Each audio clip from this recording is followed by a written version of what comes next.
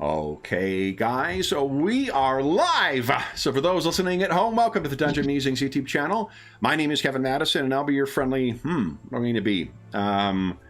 Author of the Red Book, I guess, because today we are going to be taking to the table for the first time the second edition of a game we have played a couple of times on the channel before, and that is now Free League. It used to be Cubicle 7, but Free League's The One Ring role-playing game. And with me tonight are the stars of this session. I'll go the order I've got you guys on the screen here. Why don't you tell us who you are and who you're playing today, and then we'll talk about what we're doing today. First up is James.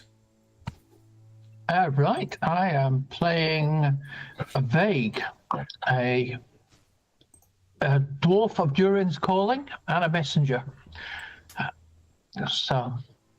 And a fierceful, willful man. Very nice. Or dwarf. And joining him is Sean. Hey, I'm playing Amlath. He is a ranger of the north. He's a scholar. He has a weakness for secrets. Mm-hmm. And we have an NPC that will be tagging along as well, who is Gwyndor, who is a high elf of Rivendell. Now, the way that the previous game was... Oh, hold on, I'm trying to grab your tokens here, guys. There we go.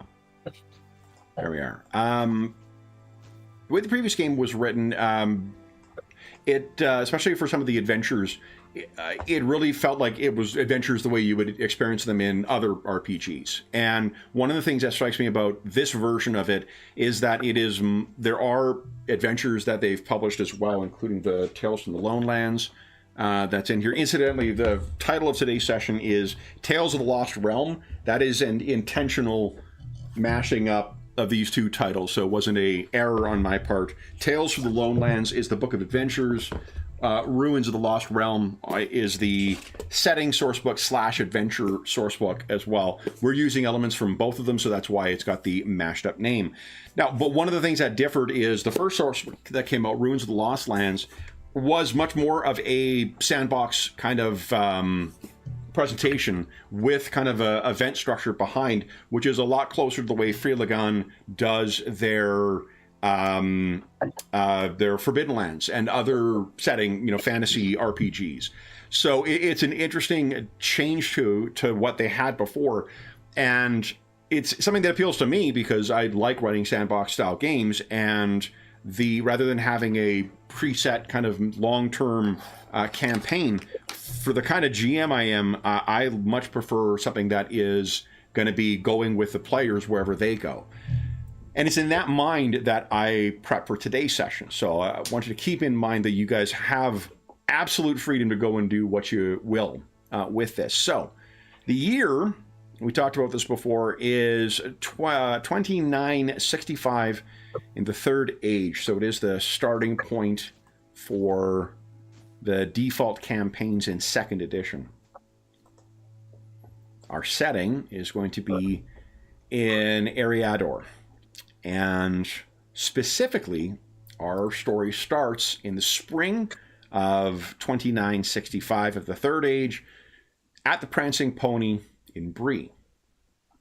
And where we are now, what are we going to use? I was going to load an eye. I wonder if I've got an Eye of Sauron or something like that here. Oh, I do. You guys would probably prefer a Gandalf rune, I imagine. Hold on. Let's see if I've got a Gandalf rune. I do, guys. Look at that. So there's our Gandalf rune. That'll be our party. And you guys are not at the Shire. You're free. Here we go. So we're going to come back to this map shortly. But I'm going to bring you guys over. I think I've got some other... Yeah, here we go. Look at this. We've got some illustrations for Bree. James, cover your eyes. It's for first edition. Now, I'm going to quickly resize this crap because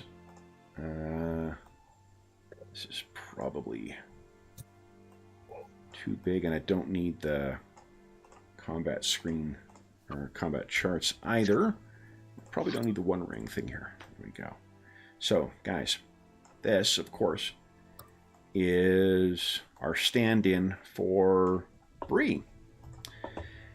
And if you wish to see what Bree looks like on the large, we've got this pretty cool map as well. Nice.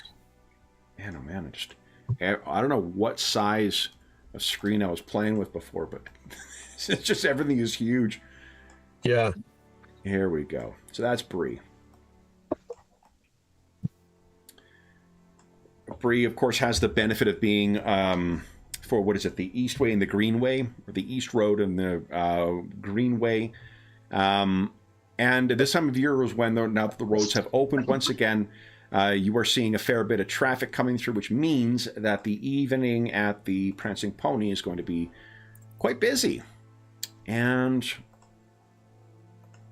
what I'd like you to tell us is, first off, which of you three do you think is at the Prancing Pony first? Would it be Vig, Amlath, or Gwindor? I am tempted to follow with the harkening back of the ranger in the corner with the pipe that no one's noticed yet, just smoking away silently. Yeah. Brooding or whatever rangers do. I'm not sure if you happen to notice, but there actually is, in the hedge that has protected Bree for centuries now, there is something called the Ranger Door.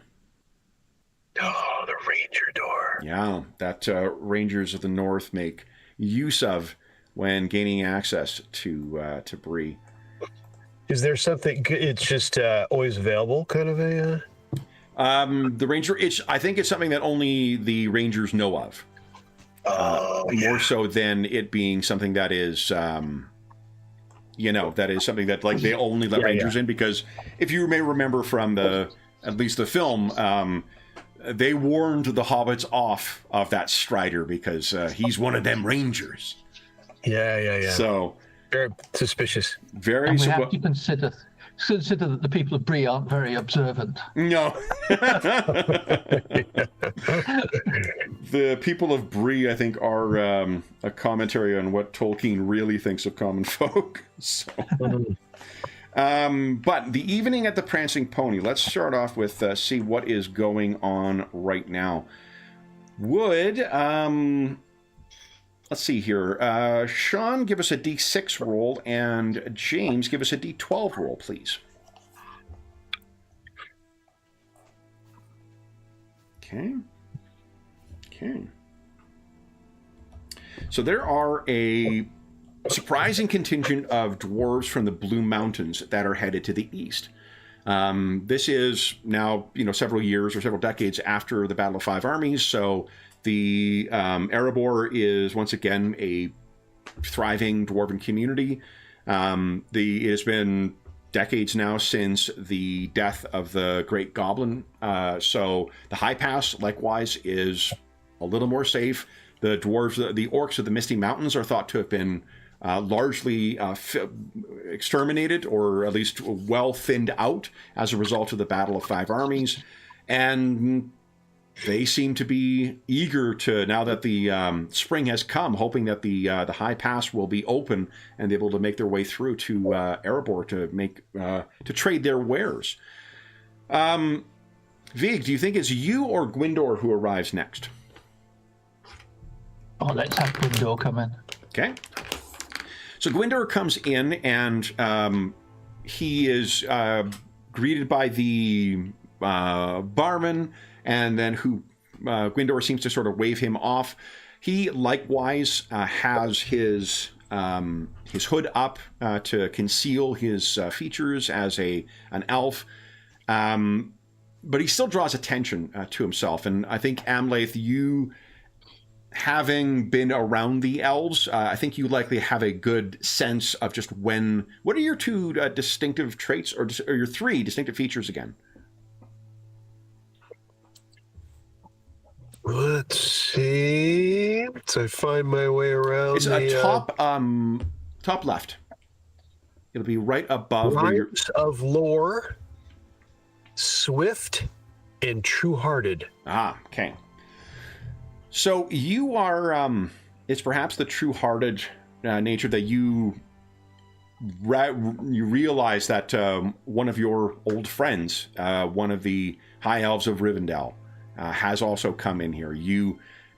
The other folks in the bar may be oblivious, or they may be not necessarily knowing what to look for. They may be too drunk to notice it, but there is a presence that comes with one of the elder folk that you recognize immediately, and perhaps in spite of yourself, there's a smile that comes. You have not seen Gwyndor since the fall.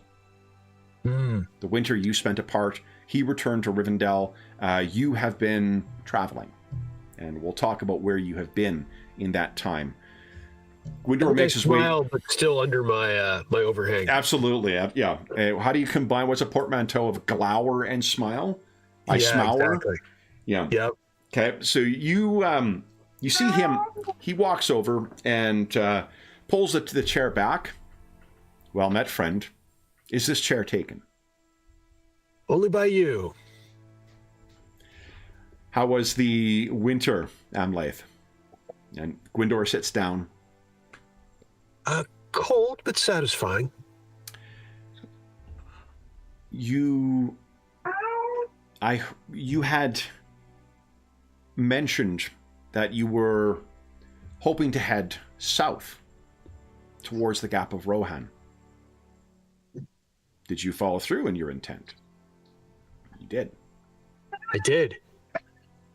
I give him a, like a satisfied, completed nod. Good. What you know, Amlath, is that when you three departed last fall, what you all had agreed to was, and you guys can tell us, like, sort of what brought you guys together, if you'd like. But the sense is that there are things that, the world is moving once again, and there are things that need to be addressed, and an unusual pairing, including an elf, a ranger, and a dwarf. It is a unconventional grouping, and there are potentially great things that could be done by you. So you've each gone your separate ways to find ways that things that you could do to try and, for one, curry favor with the patron, find someone who can assist you with finding purpose in what you're trying to do, and secondly, picking among the lot of you which of the tasks to accomplish first. And Amlath, you have something very clear in mind that you're going to propose to your trio of friends. You expect that Gwyndor coming back has recommendations as well. Vig, when do you arrive? Oh, I guess I'll turn up a few minutes later. Okay. So Gwyndor is sort of, bullshitting over your travels to the south when the door opens up, and what do we see as Vig comes in? Oh, I stomped my way through, take off my gloves, stuff them in my belt. You can see that there's a pretty large contingent of dwarves, and I think there's just like elements of their clothing and whatnot. You can tell they're from the Blue Mountains. I ignore them for the moment, and I'm going to stomp up to the bar. Okay. And say, is it Butterbur these days? It would be. And who are you? Is Master Butterbur around? I'm Master Butterbur. And who are you? Oh, well, I was thinking I knew you. Okay, well, in that case I don't. You do? No, if you do, that's fine. Hold on, let me put my glasses on. Oh, Vig! Is that you? It's been a while. It has. Have you got some of your fine ale? Oh, I do. And your two troublemaking friends have made their way into the corner as well. Nah. Have you eaten yet, Master Vig? I have not. Have you any of that pork pie that you specialise in? Oh, I think we may be able to rustle up one or two of them for you. And a pickle or two, please. I can do that for you as well. Please. And tell me, is Amlath looking like he's been living in a hedge again? Oh, smelling like it as well. But please don't tell him that I said that. He always knows that I sniff him first when I approach. No, could you not? How could you not? I'll get your pork pies going, Master Vague, and your drinks sent over to you as well. Will the three of you be staying as well? I think yes. I've had enough of the road. A little bit of the comforts of home. Indeed, indeed. Was your winter well for you? It was.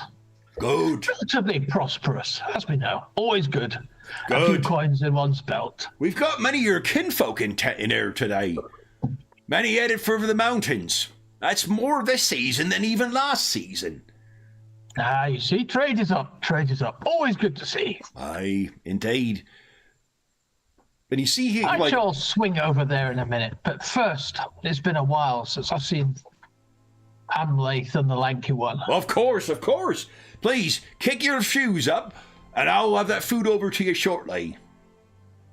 And he leaves. You guys have heard vegan butter, like both of them talk as if they've got hearing impairment. They just fucking scream at one another, it sounds like. So you're easily able to see the two of them, and then what does Vig do? I will then barrel over towards the table in the corner, as indicated. And I want to say when Vig said something about a pickle, I want to say that the ranger, without looking up, held up his hands with a couple of fingers. Okay. He heard the pickle. Yeah, and Butterbur sees you, and like, nods and like, oh, yes, of course. So Vig, you rush over to where Amlath and Gwyndor are waiting? Yep. Well, I sort of rolled there in my standard gait. Okay. So, the two of you got here first. Solving problems of the land while you've been chit-chatting. I lean over and sniff him and say, I can smell that. That's the smell of Ranger freedom you smell, friend. And Gwyndor says, how did the road find you, Vig? Satisfactory. I packed my pockets. So things are heading in the right direction. Good. Then, I know you don't put truck in such material things, but I like a little comfort, unlike you. he grins. Someday, Vig, you will undertake the trip to the house of Lord Alrond, and we can compare then the degrees of comfort. But I trust that yours were comfortable. It is pleasing to see you again. Yes, and to see you. So, before we exchange our prospects, should we perhaps enjoy a toast? Indeed. So, Butterbur's over around that time with some of the food and more drinks and whatnot, places everything down for you all. And Gwyndor looks over and says, Vig, as is tradition, last to arrive, first to toast.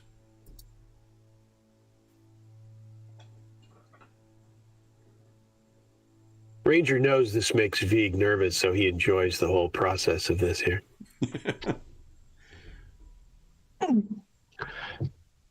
To a night in a feather bed. Here, here. Gwyndor looks to you, Amlath. Despite how soft it makes Vig, I reply. He's looking for your toast. He thinks about that making my toast, but I guess all right, very well. To comrades once again gathered. And Gwyndor raises his to the road behind and the road ahead. The three of you clink glasses, takes a long drink of his, and there's, I imagine just some like general chit chat that is going on before matters turn to the things that you guys had learned. Sorry, I was trying to look up there's a neat chart for events at the Prancing Pony in the core rulebook as well. So I'm using all my random tables. Nice. You know how often I'm going to be able to use 2 different random tables from 2 books, all about Bree? That's right. Not very often, I would imagine. Yeah, very often. So, what I can tell you is that, I guess, would you like to know what prospects you two have brought back first, or would you like to hear what Gwyndor has brought back? Gwyndor, last to toast, first to report. So he nods. Indeed.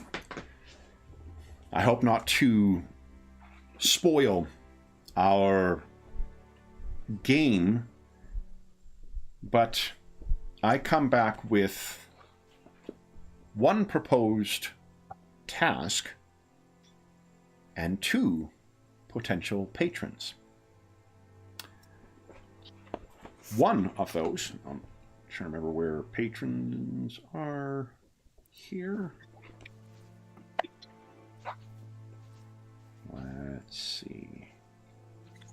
I will say I do like flipping through this book as well. Core book is pretty well laid out. Yeah, and it's where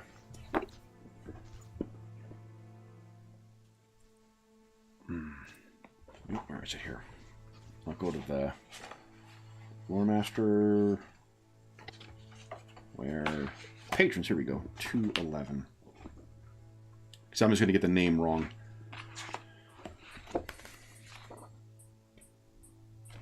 The task. There appears to be something curious manifesting on the southwestern slopes of the Blue Mountains, not far from Sarn Ford.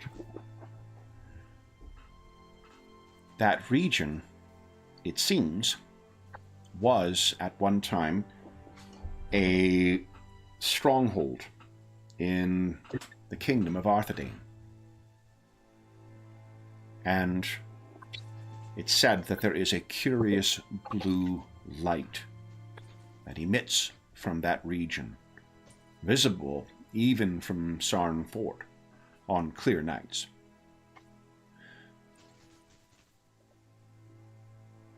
We have this manifestation has been the talk of the house through the winter season,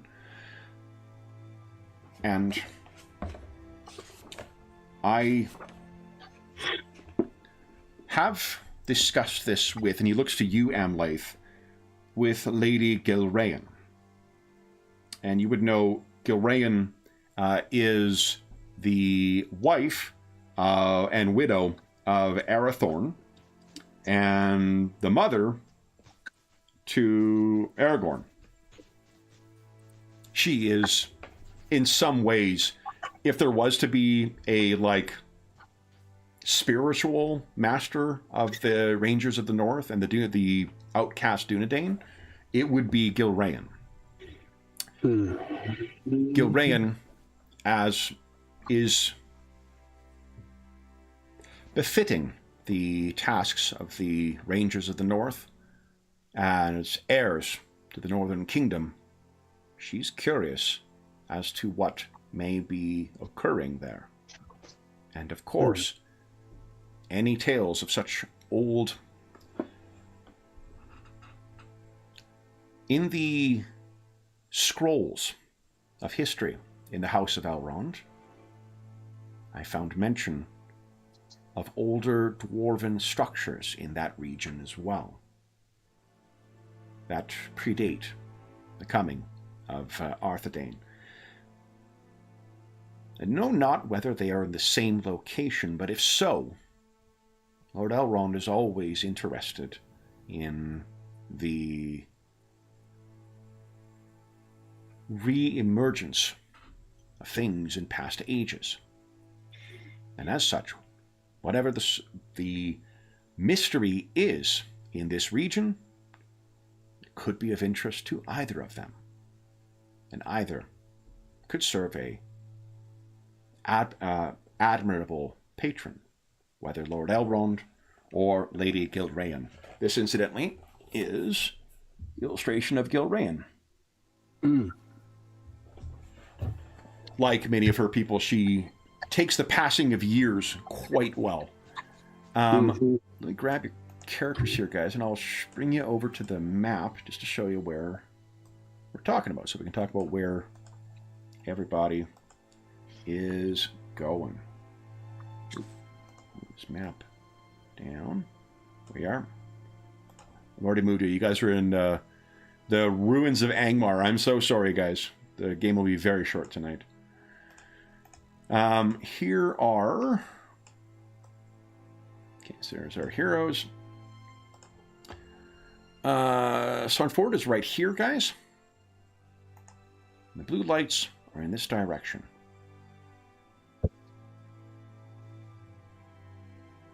So that is the task that Gwyndor has returned, and 2 prospective patrons, Lord Elrond or Lady Gilraen. He turns to you, Amlath. And yours is actually curious. It is not necessarily a task. It is a trip to secure a task. Because what you've been finding is the prospective patron that you have uncovered is the wisest of the wise. The White Wizard himself, Saruman. The most powerful foe of the darkness. Saruman, the White Wizard, it seems, has an agent. He has some task that he requires assistance with if you are so inclined. And if you are inclined to seek him out, you've heard that you can offer your services through a healer in Tharbad. Tharbad is down here. There is a healer in Tharbad by the name of Arsenius.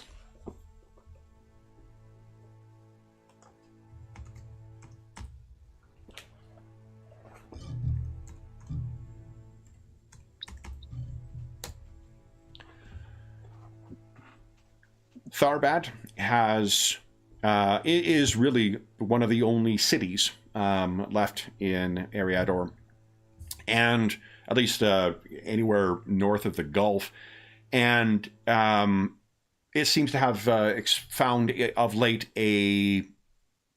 something has arrested its decline, because there is a new lord of Tharbad, and it seems to be prospering now. There is also the Great Library in Tharbad, an incredible resource that still remains in spite of all the years. And if you seek out this Arsenius the Healer, he, it said, can direct you in the service of the White Wizard. And then finally, Vig.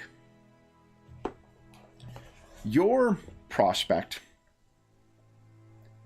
you hear that there is a dwarven lord who goes by the name of, where is he here? His name is Martin. No, wait, no. Where is it?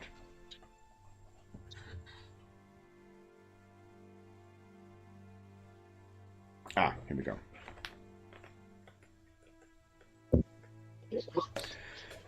His name is Lord Miolan, and he is the master of a dwarf hold called Harmelt.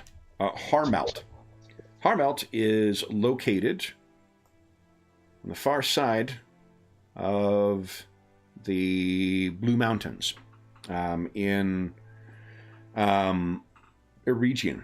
Eregion? No, what is it called? Harlinden.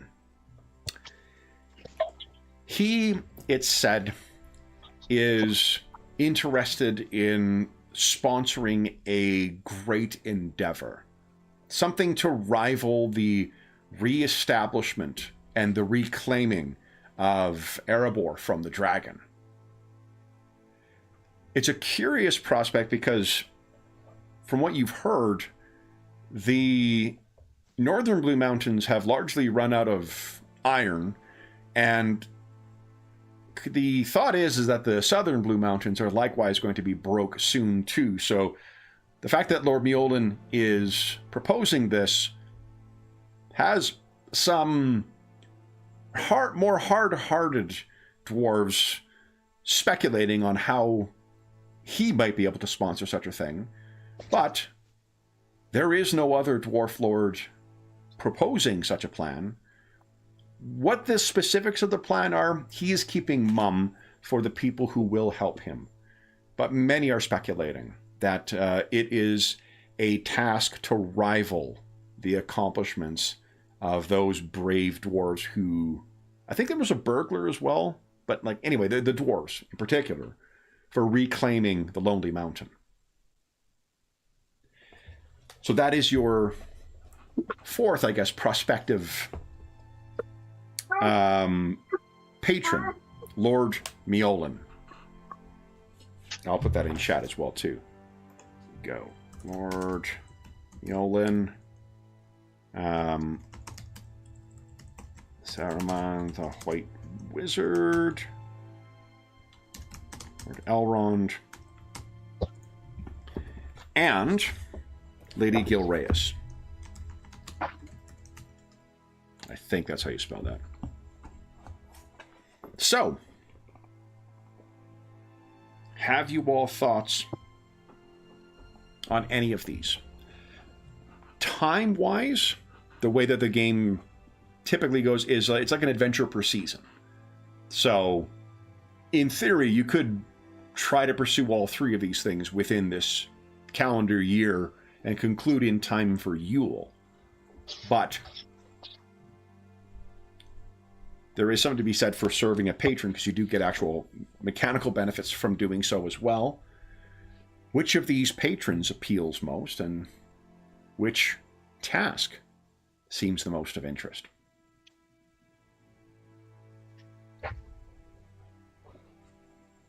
Oh, you're muted, Sean. Or at least it can't hear you. Toast. To Mo. Toast. To Mo. They'll teach me to play around with the meat controls. Yeah. Yeah. I find myself drawn to the wise of the wise, the wizard Saruman. One of the things they point out too, I think, and do a good job of doing so, is that at this stage, remember, like, we all know what's coming. At this stage, though, one of the things they really encourage is to not like try and overplay that he's an evil person. Yeah. That there's maybe an element of pride in that character that sort of led to, how things resolve, but at some point he was as pure-hearted and intended as arguably what Gandalf or any of the other wizards were. The Astari were sent here as kind of like angels to try and keep Middle-earth safe. So at this point, as far as anyone is concerned, getting in on him is potentially a good and also potentially bad thing. And just don't be around in about 35 years. Right. So unless you want to learn to speak Orcish, or the Black speech. Yeah. But Gandalf was shocked, I seem to recall, that Saruman would, He went to Saruman thinking that this is the person who's going to give me answers, Yeah. So yeah. I find myself drawn to the one with the staff. How about you, Vig? And I blow some circles towards Vig. Yeah. That kind of. Well, I have a feeling that Lord Mjolin's task will take us underground, which is always comforting. But as you will. Gwindor? I have burdened both of you with 2 potential patrons. Having broken the rules we had established before, I think perhaps best for me to go where you agree. See, I'm like, you never get a straight answer out of an elf. Would you ever care for one?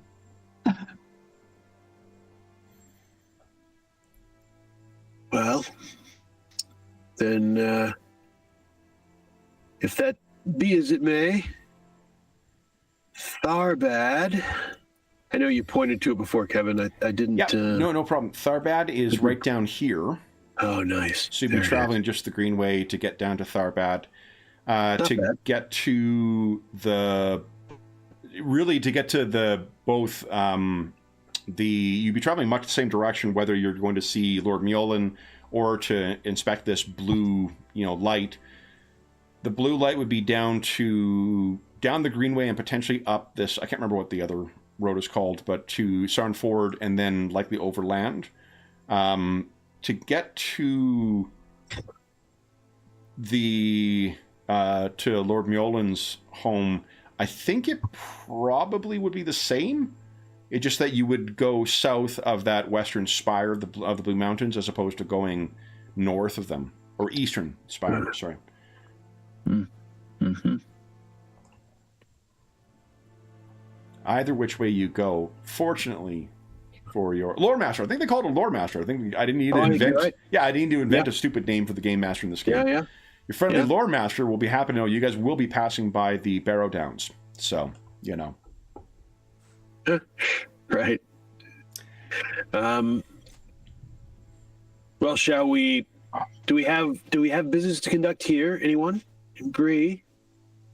Not really. No. We're going to roll for an event for the evening to see if anything interesting happens. But so one of the things that also I find interesting about the new edition, and then like to be honest, I can't remember how the travel played out at the table because it's been like 3 or 4 years since I've run any travel stuff. But the travel stuff in this is intended to sort of like give you a flavor of that Tolkien travel stuff, but resolve. You're intended to kind of be able to bop around and go and do stuff. Interesting things happen along the way, but it's not like, well, we got to travel, so we're taking up a third of our session doing that. Yeah. That's what I've read, at least. We'll see how that plans out. Indeed. Well, maybe we may leave in the morning, eh? Yeah, let's do that. And where are you heading? Heading to Tharbad, I believe. Okay. All right. And we're meeting an agent, right? Not the wizard, but the wizard's agent. Yeah, you'll have to seek out this healer. The healer. Arsenius, Right. yeah. Find Arsenius in Tharbad, and then he is supposed to be someone who can direct you to the service of the White Wizard. And if you are in service to the White Wizard, incidentally... James, you remember how we calculate the fellowship pool? Ooh. I think it's number of... Interesting. I can't remember if it's like number of players. I think it's number of players, but... Is it? Okay, let's see here. The company, here we go. As you heard, it's been a while. Yeah, fellowship focus.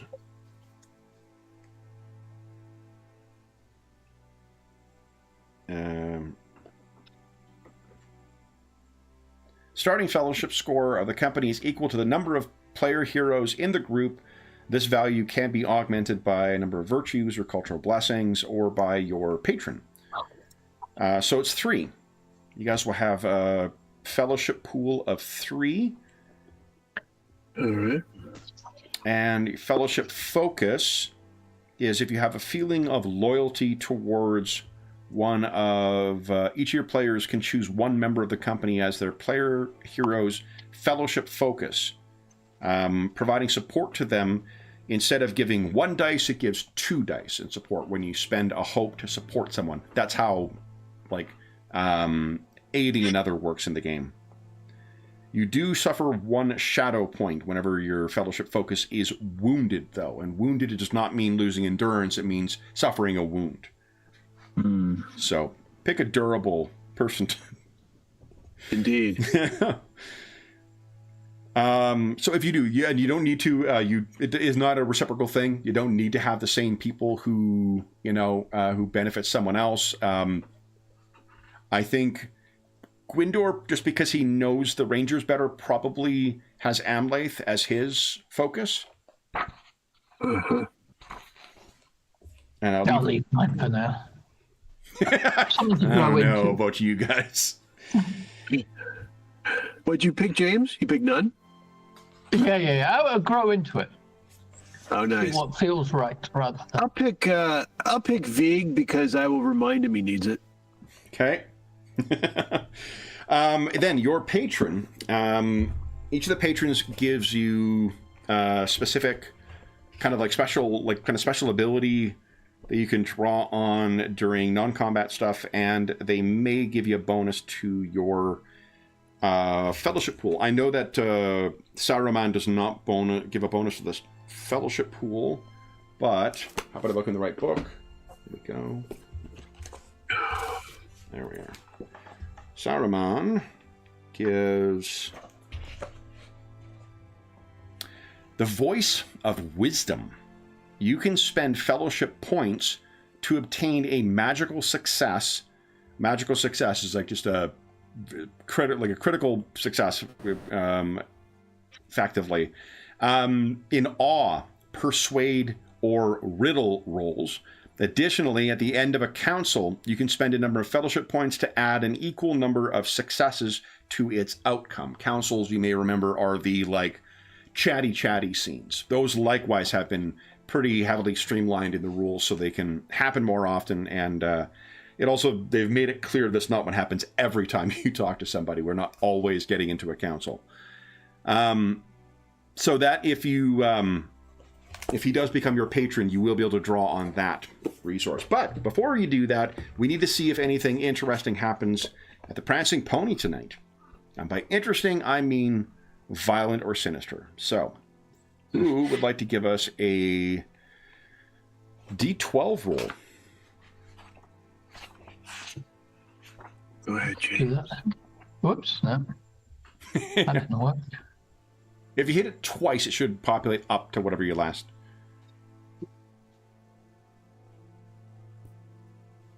Had. 8, okay. So a wealthy merchant is passing through Bree and has bought a round of drinks for everyone in attendance that evening. Unfortunately, some less than savory drinkers seem to have a keen eye on his money purse. And I suspect that it's either Vig or... Who has a higher... I think it's awareness. I have a 2. Bear with me. I think 1. So it's you. 1, okay. And yes, scan is when you attend something closely. So Amleth, I think you pick up that there's a small group of ne'er-do-wells who have sort of glommed onto this guy, like, hey, thanks, blah, blah, and seem to be sort of the looks that they're giving each other behind his back tells you precisely what they have planned for him. And it's not members of the contingent from the Blue Mountains who are eyeing that. Now, you could, of course, just choose to do nothing about that, but if you would like to intervene, you certainly could. Yes, easy enough. I will. I'll be kind of watching them through my haze, my smoke. Yeah. I could probably blow a little smoke to give myself a little cover. Okay. And then with a look at Vig, I will head towards the merchant. Okay.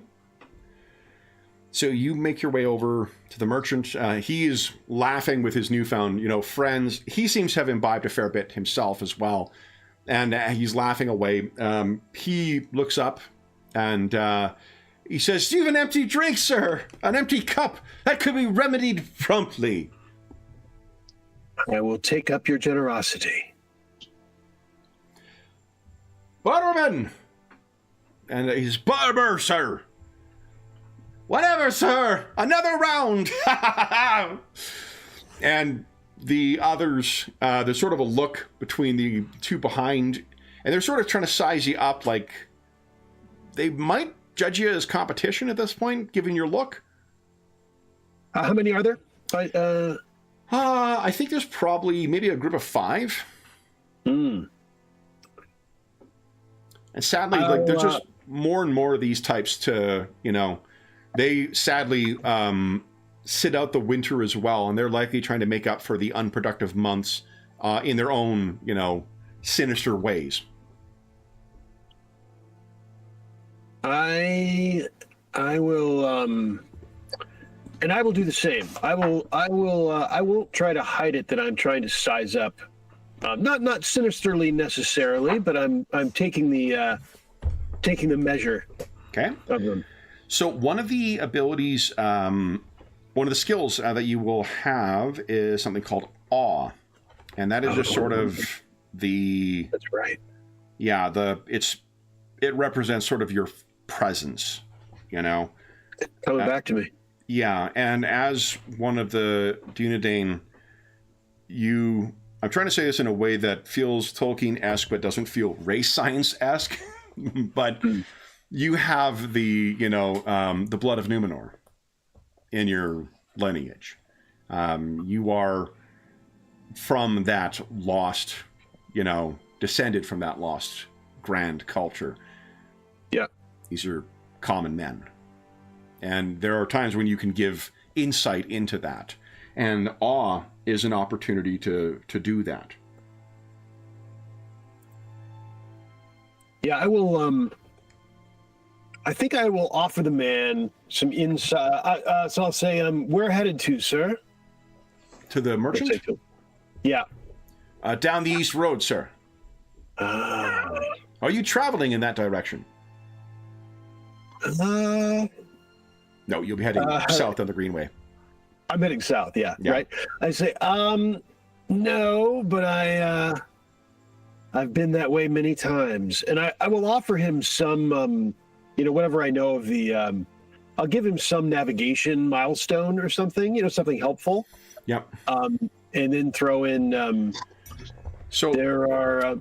if it's of value, what I can tell you is not far down the road, there is a place called... Where is it here? Not Coombe. There's a place called the Forsaken Inn. The Forsaken Inn is a haven for cutthroats and ne'er-do-wells. It would not likely be a wise place for him to stay. So if you were to... Yeah, the tip. A good tip. Yeah. I'll say, I would ward you off the Forsaken Inn. They are not your type and would only offer possible downside. And I think by mentioning that, you sort of telegraph to the others that precisely, who they are. So why don't you give us an awe check, please?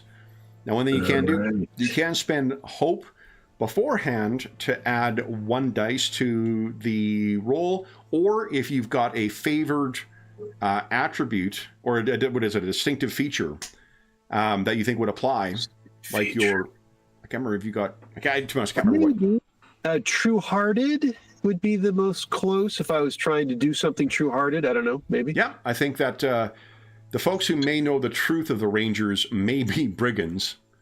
So if these, ruffians are thinking of doing that, that might be a way of you So that what that would allow you to do is if you spend 1 hope, you'll be getting 2. Yep. Nice. Yeah. So let's see. Where's hope listed on you? hope is your blue bar on your token. Oh, okay. Gotcha. Yeah, let's do it. For kicks, let's get the hope started. So then when you roll on awe, make sure you add 2 bonus dice. Remember, don't put the plus sign in. Okay. Otherwise, Sauron finds the ring. Right. Let's see here. So 2 bonus dice. Nice. Okay. Oh, nice. So what the 2 bonus dice means, so you may remember this from about when you played before. The feat die is the D12. There's also like it's 1 to 10, and then there is a Gandalf rune, and there is an Eye of Sauron on it. That are the Eye of Sauron counts as 0, and then the Gandalf rune counts as 12, and then 12. Is it 12? James, I can't remember. Yeah, 12 is 11 is Eye of Sauron, and 12 is. And then what we're also looking for is the 12 sometimes will have, the Gandalf rune will sometimes have effects like in combat. That's where you cause a piercing wound, or if you roll a 10. In addition, what you get with the bonus, you're rolling success die that are d6s equal to your skill. And then your bonus dice will be added into that. Everything is added together to get your total. So cool. Yeah. One of the ways you can think of the bonus dice is an extra like 3.5-ish to each of your rolls. So that's great. The target numbers I'm using as well are, so they suggested for smaller groups to use 18 as the base as opposed to 20, which is why you guys have the target numbers you have. In a bigger group, you play with 20 as the starting number, you subtract your attribute, and then that tells you what your target number is, and then it's sometimes modified by other things. We used 18 as the mark because I want you guys to be a little more competent. Gotcha. But what do you think happens for these 5 when they realize that, there's this true-hearted fella who knows exactly where the ruffians hang their hats? I think that while the man's in the middle of some ridiculous story of sold some widgets no one cares about and something, I'm just silently, looking at the one that seems to be in charge, and we're kind of locked eyes, and the others are realizing it. So the others are like, something's up. Like they can see this kind of struggle of wills a little bit, and the other guy blinks, so I'm just placid, I'm just unmoving, and finally, he's like, kind of like it was too much, So they disperse, and then after he's telling you about this stuff, oh, thank you, sir. So I'll be certain to avoid that. Where did my friends go? And he heads on with, enjoying the evening. He finds other people maybe he goes and joins the dwarves of the Blue Mountains. They typically would want to keep among their own unless you're buying them drinks, in which case they are more open to your company. So he does find a safer group of folks to enjoy drinks with, and you have safely sent off some ruffians without violence. I'd give him a little pat on the back and a wink, and safe travels, friend. And to you. So Amlaith returns to the table. Anything else you guys wish to discuss before you head out the following day?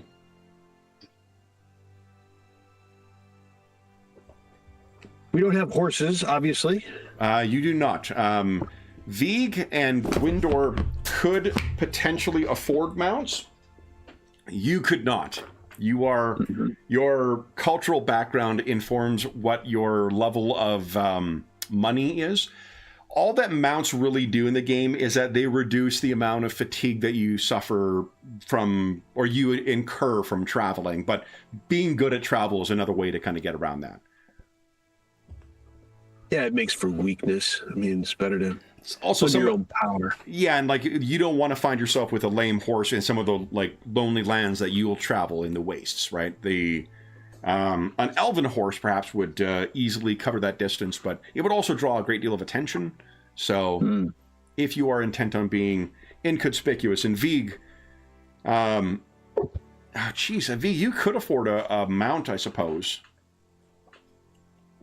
Yeah, I'd normally have a pack pony or something, I think. Yeah. So you could have a pack pony with you if you'd like. Yeah, always good for carrying your shtuck. Okay. So then, the rest of in the stables in the back. Yeah, oh, absolutely. This will be like the great-great-great-grandfather of Bill that'll probably be back there somewhere. So, with that, morning will come, and you guys will be getting ready to set out. Let me grab the thing here. Actually, it works out that we have... I did not plan this, so this isn't just me congratulating myself, but we do have, with 3 of you, enough for 1 person to be the leader, and then everyone else take a single roll. One of the changes to this current iteration is that the travel rules are a little less involved and a little lighter on their feet than what they were before. By which I mean you're not looking at a bunch of charts when you're trying to look up things. It means you don't have specific. Don't get me wrong. I love me a random chart, but being able to kind of make travel interesting without making it be everything is kind of nice. Okay, I'll put that on the layer. Now, somebody is going to have to be the guide, and only 1 person can be the guide. The guide is the person who's going to make a travel roll for us. So you're going to want to be looking at your... Then. Sorry? That'll be me then. That'll be you then. So why don't you place yourself in the guide slot there, Vig. And then... Like you said, you're a 4, Vig? Oh, are you better? No. I'm asking you if you... I'm a 3, been favored. Oh, that is impressive. Vig is a messenger, so he does... Indeed. Yeah. He gets around. So, what the other 3 slots are, the guide is the thing that is always going to roll at a recurring series of things. The way that the game works now is, and apologies if I don't remember how to compare it to the previous ones, for those listening at home who may be familiar with 1E, and this one what we do is, we make a roll, and that'll tell us how many hexes that you get to travel before something happens. And then when something happens, we roll, and it'll be one of the other 3 slots that is triggered to deal with whatever is coming up. We roll that randomly, you deal with that thing, we narrate through what's happened, and then we go to the next. And each of the different events potentially incurs fatigue, sometimes shadow, sometimes potentially injuries, and also there are encounters that we will be rolling along as you're traveling along the road too. At the conclusion of the journey, once you've reached all the hexes you need to get there, then what you will roll is your fatigue. We'll see how exhausting it was. So you can also choose to change directions on this, which is kind of nice. You're not quite as locked in the journey the way you were in the previous edition with the like short, medium, long journeying stuff. So for instance, if you got to a certain point, you found yourself quite injured, you could try and like bail on it. But the other, so that means the other, I guess, Vig, we know you're going to be the guide, so why don't you place yourselves in the other slots? The other slots will be the skills are listed there, and those are the things that you're going to be rolling when the circumstances come up. Let me take a look at Gwindor, and I'll tell you what he excels at. Gwindor would be a pretty effective lookout. He's got favored awareness, and he's pretty good at it. How I would suggest are your explorer and hunting? Probably hunting. It's I'm a favored 2. Okay, so let's put Gwindor as the lookout. Vig is going to be the scout, and Amlath, you'll be the huntsman. Okay. Then, let me look at... Oh, you know what? I can actually have 2 books. There we go. Open. All right. I'm assuming you're not taking a detour through the Barrow Downs, right? You're sticking to the road? Strangely not. Next time. Next time. I'll take that as a promise. Okay. Ooh, and you're surrounded by Darklands on both sides. As long as you stick to the Greenway, guys, you should be fine. So, Stay on the Greenway. Vieg, we're starting with you. That's the Fellowship phase. This is the Traveling phase. Let me put this here. Vieg, would you... Let's see here. So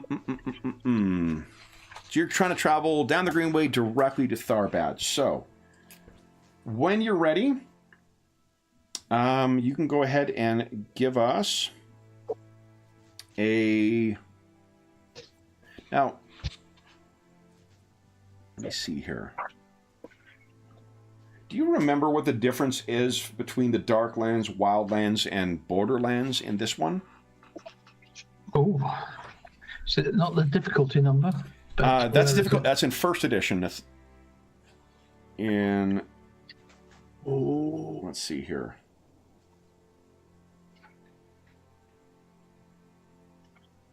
Journey. Because under perilous location, Yeah, your journeys are on page 110. Like there's those specific ones with the perilous locations that have the red numbers on them.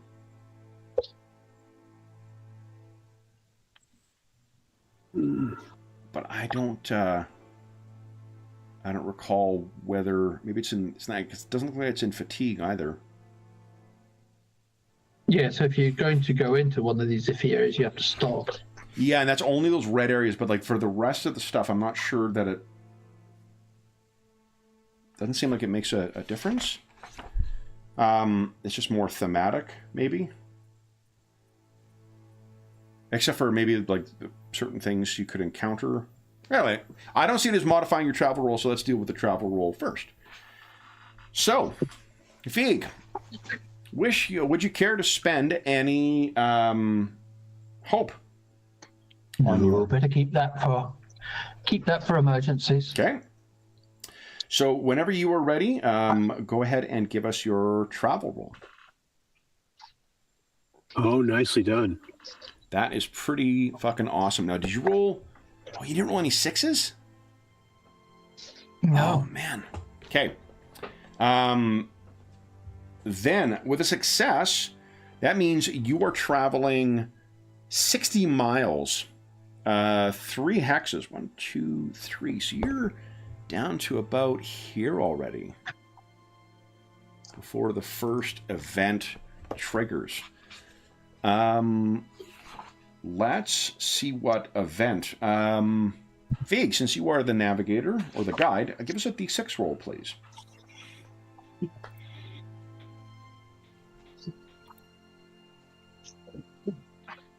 A 4. This will be for the lookout. So, Gwyndor. Let me roll to see what event it'll be. Let's see. Uh-oh. Oh, no, that's actually... Okay, so...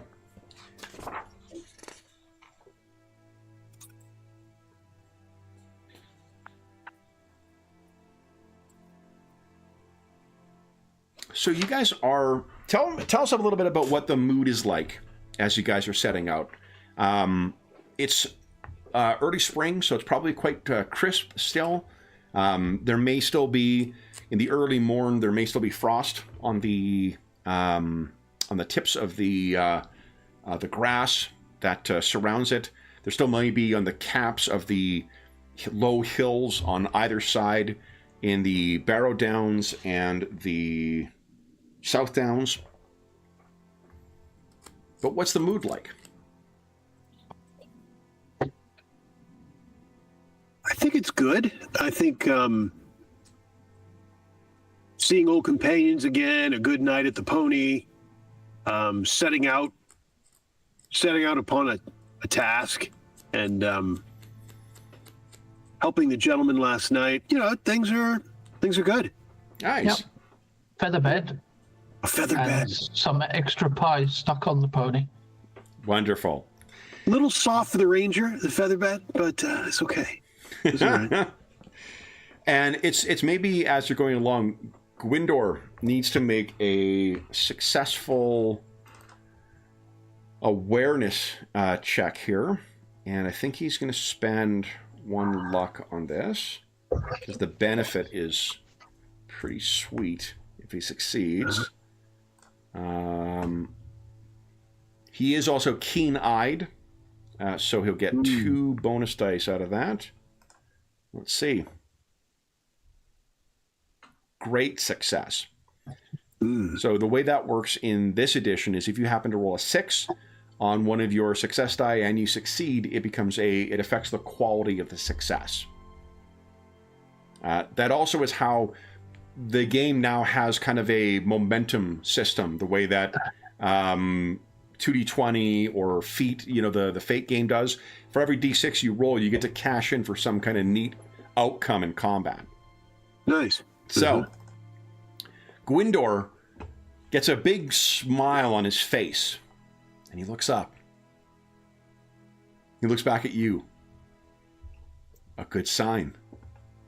And if you look up, what you can see high in the sky is a trio of eagles flying in the direction of the Misty Mountains. And they rarely are found in this region. And the sight of it, these magnificent creatures, some of the grandest things you can see that are not a malign, presence. It is so heartening, in fact, guys. You actually get 1 point of hope back. Oh. And you suffer no fatigue for this leg of the journey. So, very good start to your travels. Vig, would you once again give us a D12 roll, please?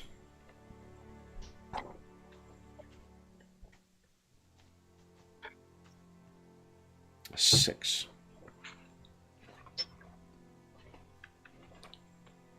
There we go.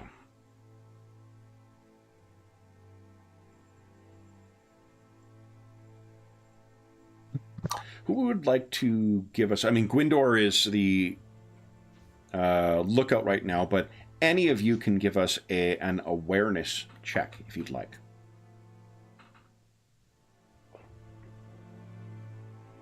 Vig, how's your awareness? Oh, poor. I will give it a shot then. Okay. I'll roll for Gwindor as well. I'm not going to add any hope this time. Not bad. Let's see. Great success. So it is in the next kind of probably a day or so after you have traveled. You guys are moving along. It's getting close to kind of the midday. There is also in this game now a short rest mechanic as well, where if you take a short rest, you'll regain endurance back equal to, I think that's when you get endurance back equal to your strength score. And then you can take a long rest where I think you get all of it back, maybe. But in any event, when you take hit point damage, that's sort of how that is tracked throughout the day, or health damage. You were at a point where the Greenway is still well above, and you were passing one of many of the tumble-down ruins that populate the side of this. This was once, the site of several kingdoms, 1, then 3 now, ruins. So there's tons that have been built up over the centuries. And this particular one is a little higher up, and there's even less left than what you've seen. There's only tumble down walls and some very worn by the elements stone. But Gwindor and Amlath, you both look over and you see furtive movement within. In the ruins. In the ruins. And I think with a great success, Gwindor... you rolled pretty well as well. You both can spy that there is a brace of arrows on the back of someone who's moving along there, not doing a good enough job to hide themselves from you. If you were to guess, the way that the greenway bends around this at this point, you may be coming around to where an ambush will be located. I will match eyes with Gwindor. He draws his bow. Vig, I think you're taught. What's your pony's name? It's called Branka. His name is Ranker? Branka. Yeah, okay. Ranker. So Nice. Vig is perhaps negotiating with Ranker to continue on travels up until like we're near the midday, break. Ranker, come. Yeah. I will stage whisper. Shall I shuffle over there and have a look? Branka. Sorry. I heard Ranker. I'm like, from what I understand about donkeys, that would make sense, or mules, that would make sense. Branka. Right. Sorry. So sorry, Sean, you were saying. I stage whisper without looking over there. Should I shuffle over and have a look? Gwindor says, Vig, we have drawn assault. We have... And he gestures up at the hill. It seems we have those interested in impeding our ways. And he raises his nose up in his great success. Orc filth.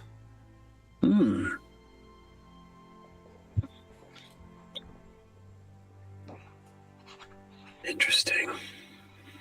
They must be desperate if they spied those eagles before to still be out on a following day.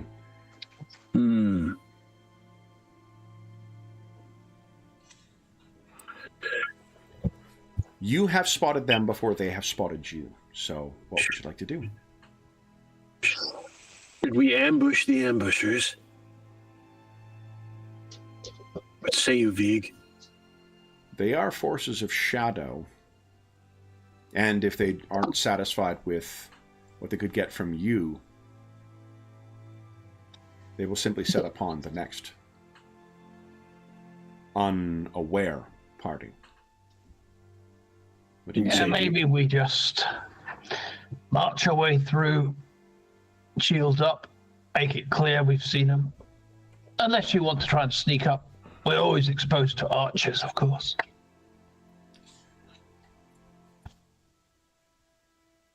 What do you think, Amlath? I would feel badly if we left the next unwitting party to their vile wishes. That is a very ranger way of thinking, too. It's ranger business. Perhaps this next bush on the right, I slip off into the brushes and have a look. And at the twang of my bow, you set upon them. Yeah, maybe I then go through, and the rest of you two can go around the sides. Okay. All right. And I'll shake off my shield. Okay. Get it off Branka. Give it a bit of a shake. So let's talk about ambushes. Because actually, I remember seeing there was something about ambushes, but I don't remember what the rules were. Here we go, combat. And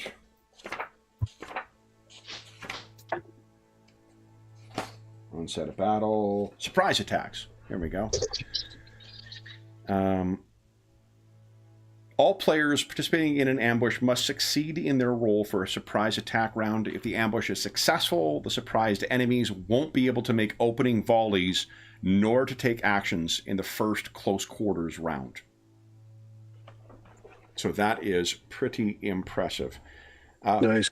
If you two are slipping up, I think what we'll sort of narratively say is that just means if you're not choosing to sneak up as well, it's just going to take you longer to get in, so they'll be able to act at the same time as what you will. And let's head on over to the, just because it'll be probably worth giving a try to this new battle map they've got with, Nice. go. Still have my So one of the things that happens at the start of every battle is the opening volleys. And Gwindor and Amlath, actually, since he's doing it, why don't you roll for stealth for Gwindor? Let's see if the two of you are able to. And I'll say, why don't you each get +1 situational dice for Gwindor's great success? okay. So Amlath rolls 2, right? Amlath and Gwindor, yeah. Each with 1 extra dice. Trouble. Uh-oh. Okay. Step of the branch. So all that means is, now, hold on. First off, did you have any, Amlath, do you have any gear that would give you a bonus dice to stealth? Let's see. Yeah. It'll be on the top right. There's gear. Gear is very loosely. You have the stuff you need to kind of travel and afford accommodations and whatnot. And the gear is the only time it's really listed is the stuff that may give you 1 bonus dice. It's exceptional quality stuff that might help you out in some way. Nope. Sunstone to navigate in bad weather. Got it. Okay. Then, Amlath, unfortunately, something happens to warn them, which means that everybody will have an opportunity to do an opening volley. Let me set some orcs down here.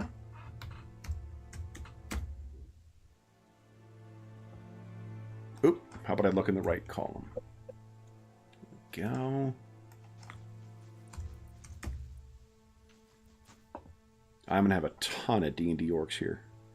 And Shadowrun orcs, for that matter. Oh. Let's see.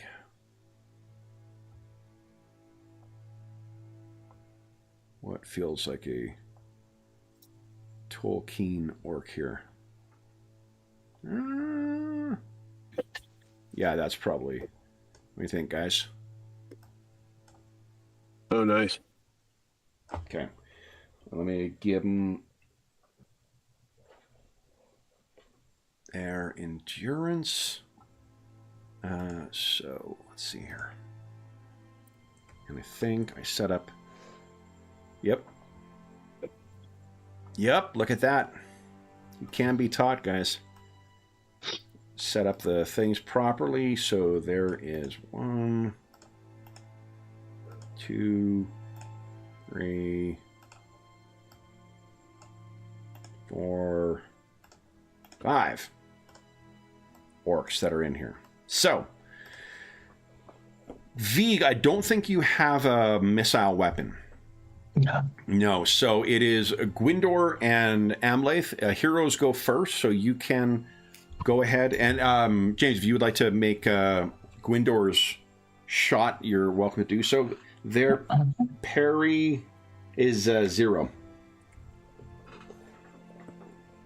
All right. Because it will ask that. So, can I? I'm just trying to see if I can target. Oh, you won't be able to. Don't Okay. use the button. You have to set up a character sheet for the enemies then. All right. Okay. Yeah. It's an interesting feature, but like I just don't. I don't want to put the work in. Sorry, the target's parry is 0. 0. Oh wait, is it really 0? Yep. It's because the parry is only a modifier. In this version, you're not rolling against a fixed target number. It's only a modifier. Because remember, your target number is based on your stat. So Gwindor, your bow, failure. Oh, you rolled a 1 though. Okay. Amlath, are you making your shot with your bow as well? Yes. Should I roll for my weapon? Is that the best place to roll from? It is, yeah. Make sure you're rolling not the one that targets a token, the one that looks like a dice, like you'd roll for everything else. Yeah. Okay. Gotcha. Okay. All right. And no bonus dice for this one, right? No bonus dice. Failure. No. Oh, that's for Gwindor. It's probably prompting you for a parry. Still a failure. Oh, no. Okay. Then they get to shoot. All right. So their bow is not great. What is Gwindor's parry and Amlaith's parry? Gwindor's parry is 18. 18. Okay. That sounds good. Mine's a 19. 19. Okay. That is. Well, now he's. Okay, hang on. What was that? What are you confused about, James? Oh, I was just thrown because Gwindor's. Oh, he's got a metal shirt as well. Yep. Okay, and he's got the shield up. But I should take that off, right? Gwindor does no, because he does. That's always just left on. He doesn't have a shield. So. Oh right, got yeah. You. Okay. Yeah. So 18. Okay, so that is a miss. That's potentially 11, 12, 13, 18 is a miss on Amlaith. And that is a hit on Amlaith.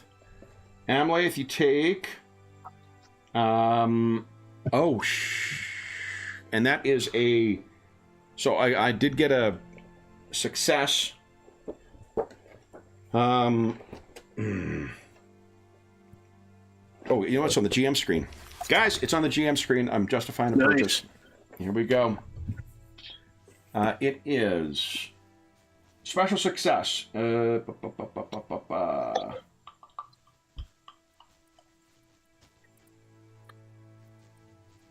heavy blow is what we're going to go for. So that is 5 points of damage. And I do need you to roll against a wound. So you're going to need to roll. Do you see where protection is? Protection. Let's see here. Bottom right. Yeah. Oh, yes. Okay. So you're going to be rolling as a target number of 14. If you wish to spend any hope, you can do so. Heroes can suffer, I believe it's 3 wounds before they go to meet... What do I think my protection dice will be? It'll be... Your protection is how many D6s you'll be rolling. That'll be added to the D12 that you're rolling. Oh. Do you check the box? There's a box to check. Is that anything I should... Take a look here. It's not checked, so I wasn't worrying about it. But yeah, that's favored for some reason. Yeah, no, so you don't... Don't check it. Yeah. Fair enough. D12 for 2, let's see. 16, 14. So you would need to roll like a 7 or higher on that. And this, likewise, is where if you've got a distinctive feature you could draw on. Your... closest would be Swift. I'd buy that. So let's do it. Spend 1 hope and get 2 extra bonus dice to that roll, and then go ahead and roll. 14 is what you're looking for. Outstanding. Come on. Nice! Look at that! Holy smokes. I actually don't know if there's something that happens with great success on this. With Soken. Let me take a look. I think it's huge. I think I actually grow wings or some weird. Okay, so piercing blow is on a Sauron.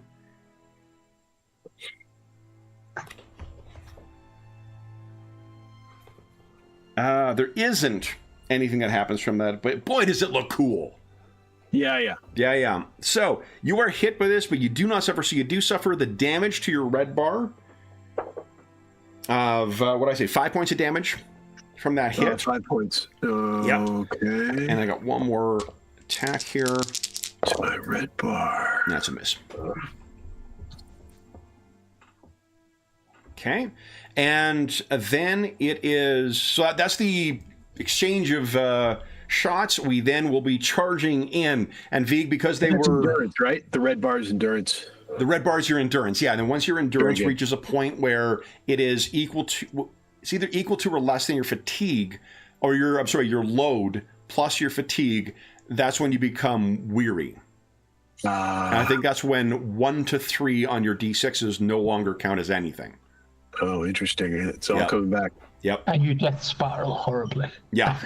Yeah. So then, here's what we can do next, guys, is because we're going to be charging into combat, now you're switching over to melee weapons, you can choose any of the stances. There are 5 of them still standing, unfortunately, which means each of you is going to be engaged with one of them.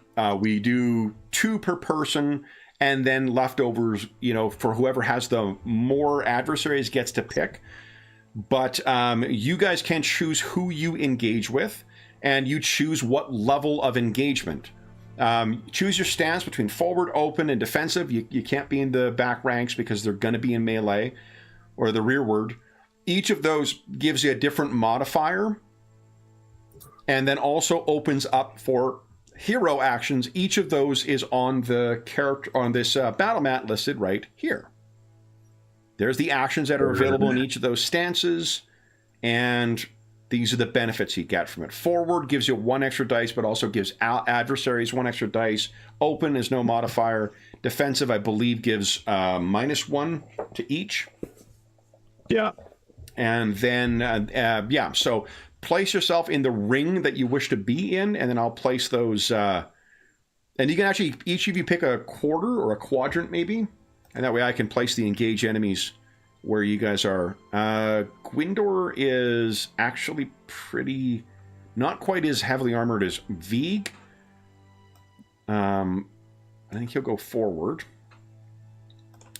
And Gwindor will take 2. How many do you guys want? Oh, I'm just going to put you right I'll here. take 2 then. You'll take 2 as well? Okay.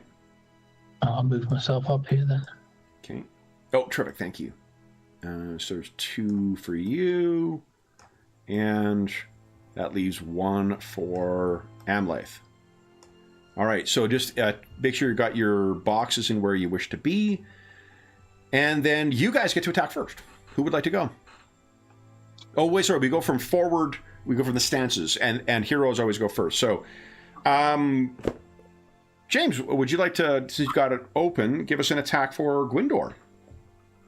Right.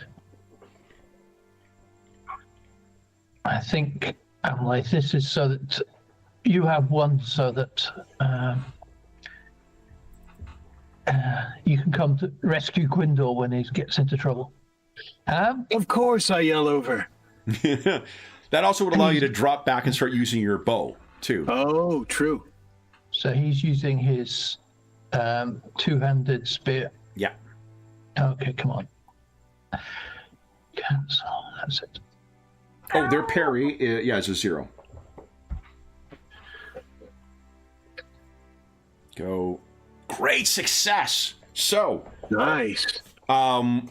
What? Go for a piercing blow, I think. Is that? Oh, well, piercing. I don't think you can get a piercing. What the piercing blow does is it modifies the feat dice by +2. That only would get you to a 6. You need to be at a 10 in order to get that. Oh, yes. Sorry, my bad. So you could. A heavy blow adds more endurance equal to the attribute, which I think his strength is a 5. Could seize the target to only be in a forward stance, or he could break shield. I think heavy blow probably is the... Heavy blow, yeah. Let's do that. Okay, so is that +5 damage then? Mm-hmm. Fuck me. What does it look like as he takes the first orc down? Yep, just leaps forward and spears him right through the chest. And then picks him off. Okay. And then it is...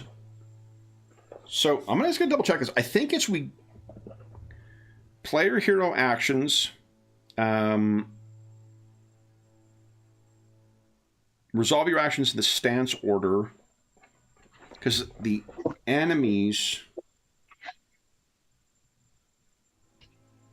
Yeah, you know what, guys? So we do players in stance order, then we do enemies in stance order. Okay. Oh, so, Vig and Amlath, you're both fighting in open. So who would like to go? I will proceed. Let Vig follow up gloriously in the end. Okay, go ahead. And no problem switching weapons, right? Switching weapons is Not fine. at all. Now, it's assumed this sort of... There's the opening volley that happens, and then you guys get in. And there are circumstantial things I could... Like, if you did get the ambush, I would have given you guys bonus dice on these attacks, because you would have kind of had some momentum against them, but... Yeah. Not to rub it in, Amlath, but, you know, Yeah, you really yeah. screwed the pooch on that one. Understood. Stepped on the twig. I'll just be spending... Oh, so I'm going up against a 13. No, I'm not. What is it? Strength? It's for the sword?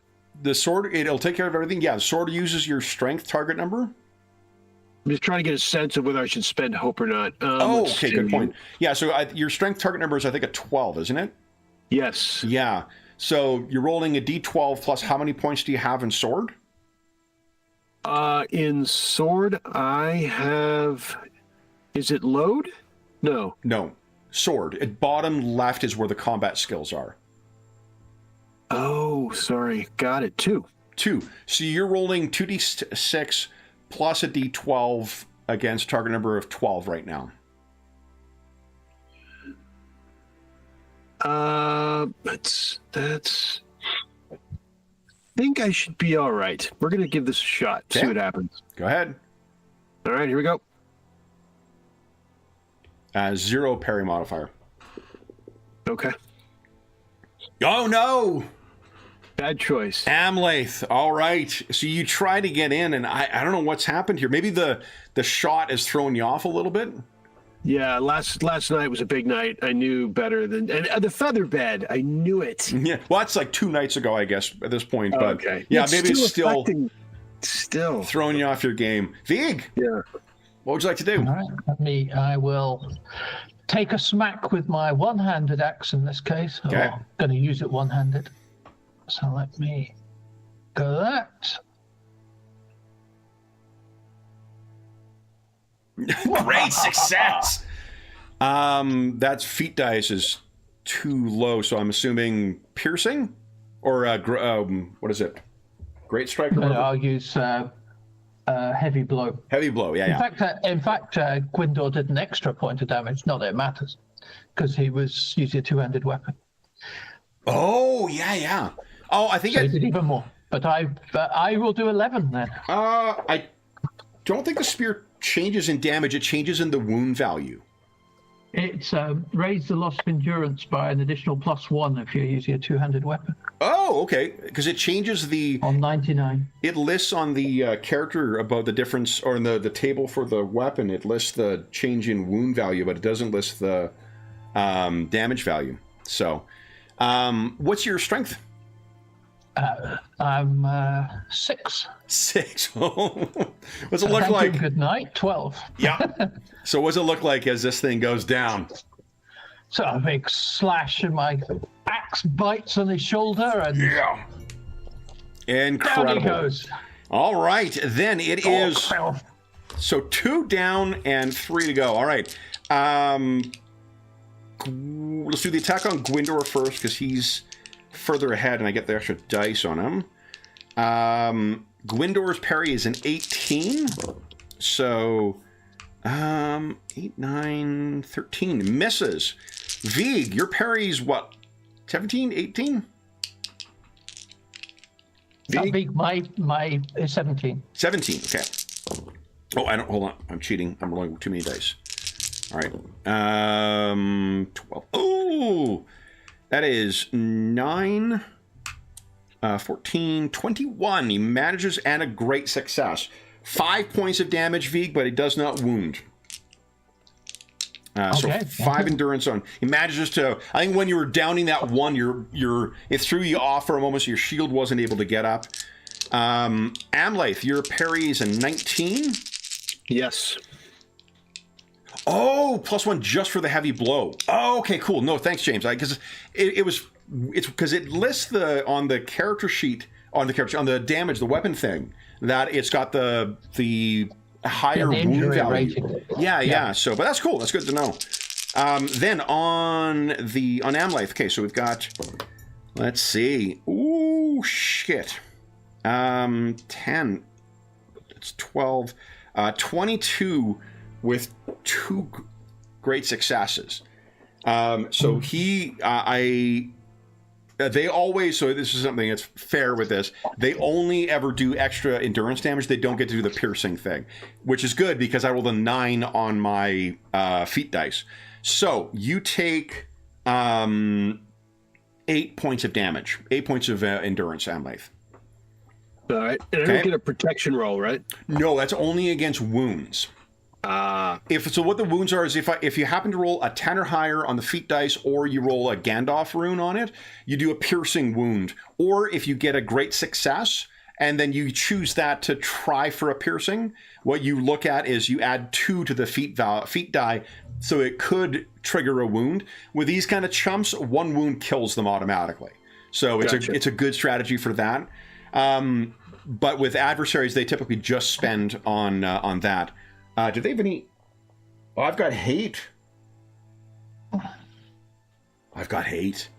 Okay, so that is the end of the round. Now, you guys can shift your stances, and you can engage with up to 2. So, for instance, Amlath, if you want to fall back, Gwindor or Vig could take on the second orc. Okay. And just because we're partly trying this out, right? We'll warm up for Christmas. The question comes is, has your endurance dropped below your load? Yes. Oh yeah. My endurance is 12. My load is 10. You're still good. Good to go. So it's load plus fatigue, right? So 10 plus 0 is 10, and it's lower than 12. Exactly. Okay. It's a good thing seeing those Eagles yesterday. No doubt. So if I break off, I can do that freely. You can do it absolutely freely. It's just sort of the flow of battle goes around. So let me double check, make sure I'm doing that correctly, because I think, because it is faster in this one. Here we go. Stances. Engagement.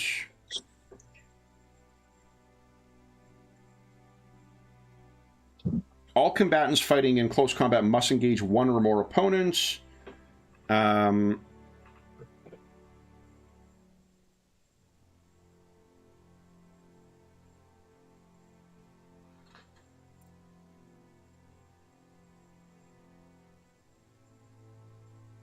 Okay, so if there are more...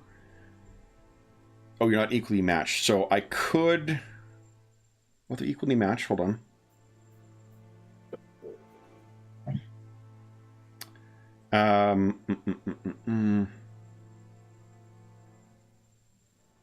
Players in close combat stance choose an unengaged adversary to face from among those available.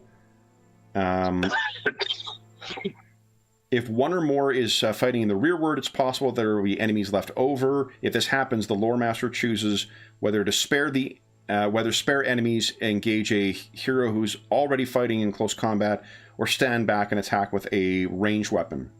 So they can't pursue. So as long as this is something that's interesting to think of for strategy. If you whittle them down to where they're matched or less, then you get to dictate whether they fight in range order or they pursue. If I had 4 orcs, I could pursue you when you try to go to rearward. But because you're equal, you can adopt rearward, then I have a choice of either engaging somebody in close combat or fighting in rearward. Cool. So I will go rearward. Okay. Gwindor staying in forward. What about you, Vig? I'll stay open. Stay open, okay. The thing will...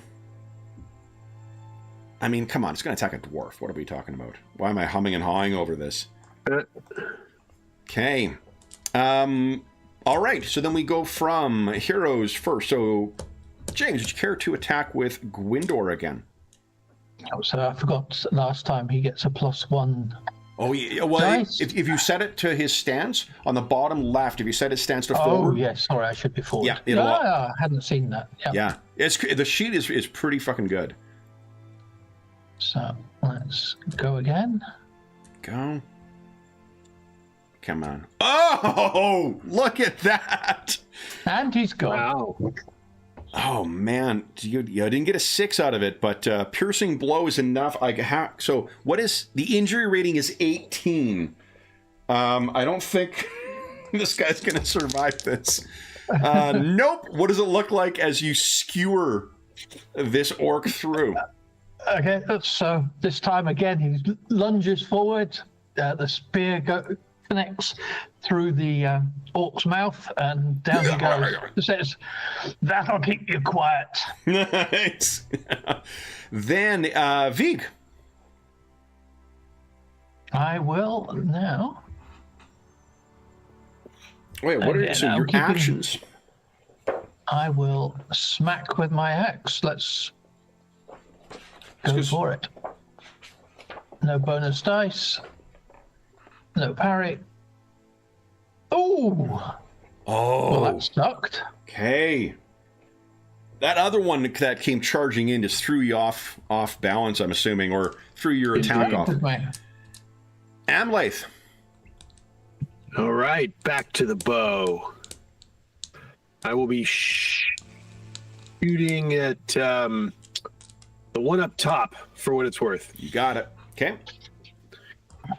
Okay, the bow. Come on. Let's see that Gandalf rune again. There we go. Success. Nice. All right, so then that is 3 damage. And there's no other fancy schmancy stuff. All right. Then we have 2 orcs. And I have hate. Can't forget to use that. Hate. Oh, this is something that's cool. So hate is a mechanic that is similar to hope. They have way less than what you guys do. But that's important because when they run out of hate, they also become weakened. Just like you guys do. So things that are cowardly or craven, like these things, when they run out of when you intimidate them, which is a combat action you can take in the I think in the open stance. Forward? Is it the forward Oh, one? maybe I'm wrong. Oh, I forward. thought I forward think was you're like the leading one. Oh no, you're right. I think you're right. Yeah. Intimidate foes in forward. Rally comrades is in close. Which is that the one that restores endurance? Here we go. Combat tasks are on page 102. Okay, so intimidate foe, you make your awe check, and on a success, all opponents with might 1 are made weary, and might 2 suffer the same penalties. It's very good, especially if you're a dwarf and you have one of their traits. And then the open stance is the hearten one, where everyone, on a success, all members of the company fighting in forward gain 1d on their attack rolls. And then on a success, like a great success, it is also in the open stance, and 2 successes, it applies to everybody in close combat. And the defensive one is defensive stance, which reduces the number of dice that are rolled on attacks. And the final one is scan to aim, basically, from the rear stance. All right. Okay, so then I'm going to spend a point of hate here. Get an extra dice, Vig. That one that got shot is going to try and batter you. You've got a 17 parry. That is not good enough. So the first one, you're able to batter it aside. The second one, that is a not good roll either. 10, 12, 4. Nope. Neither of them manages to get through your defenses, Vig. So, next round. Anybody wish to shift stances? Gwindor's going to peel one of those ones off of you, Vig. Oh, Are you staying in open? I'm staying in open. Okay. Staying rearward. Okay. Then, would you care to make the attack for Gwindor? Gwindor.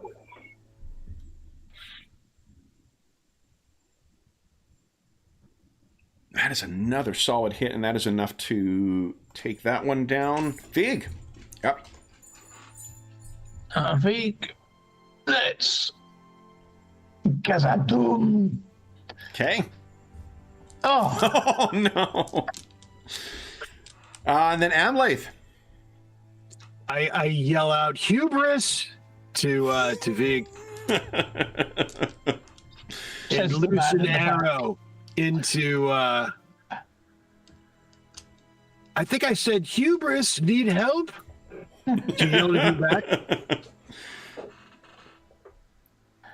Let's see. Schwack. I'll go for Gwindor's. Oh, Grinder's one's dead. Oh, Gwindor's dead. Oh. Then I will go for. Oh, right. It disappeared while I was covered it up. Then the last one. Here we go. No. Oh. Yep. Okay. Too much chatter from Amleth. Hold on. That is it's a shadow outside of combat when you roll it. So there is a mechanic in the game as well called the Eye of Sauron. And it is, I think it's called the Eye of the Enemy. And what it is every time you roll a shadow, it goes up. And the starting point for it is higher when you have elves or Dunedain rangers in the party, because they just tend to attract more attention. I don't believe the eye goes up in combat, though. Oh. Yeah, I think it's only outside of combat. I'm just going to double It's check. not like a critical failure or anything. It just makes it hard to succeed. Well, what you'll notice is that when you roll the Sauron on it, it counts as 0. Yeah. I see. Right. Because your success die only got 4 out of it. Good call. Yeah. So, where are we here? Eye of the Enemy.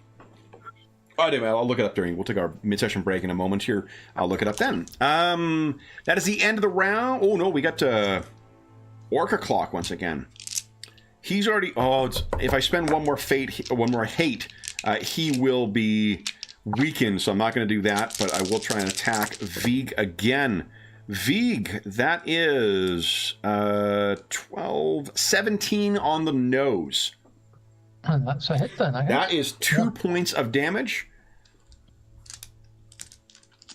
And then it is next round. Anyone wish to shift their stances? I'm good. No, but I'll shout, leave him for me. Gwindor is going to shift stances then. And will, if you'll let him go first, he will try and rally comrades. So he makes an enhearten roll. If you could change him to being in open stance, Vig, or James, and kindly give us a enhearten roll. If he gets a special success, that means Vig gets +1 to this attack. If he gets 2, it's +1 for everybody. Failure. Yeah, he's not very good at this. Do it, you stupid dwarf. It's got a 1 in 12 chance. All right. Then it is Vig. What are you doing? Let's smack him. Come on. Come on. Here we go. Big money. Big money. There you go. Great success. And what does it look like as this one is defeated? And with that, and the head goes rolling along the grass. From the looks of things, too, guys, it does appear as if they have been preying on on travelers, because there is a small little cache of treasure here. So let's see here. First, we roll for the treasure value. Why don't you each give us a D6 roll, please?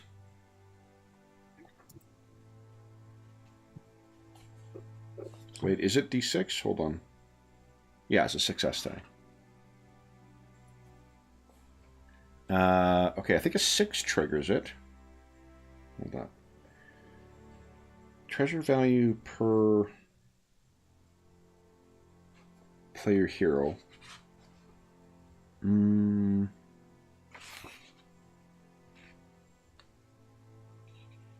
Yeah, treasure was confusing to me before.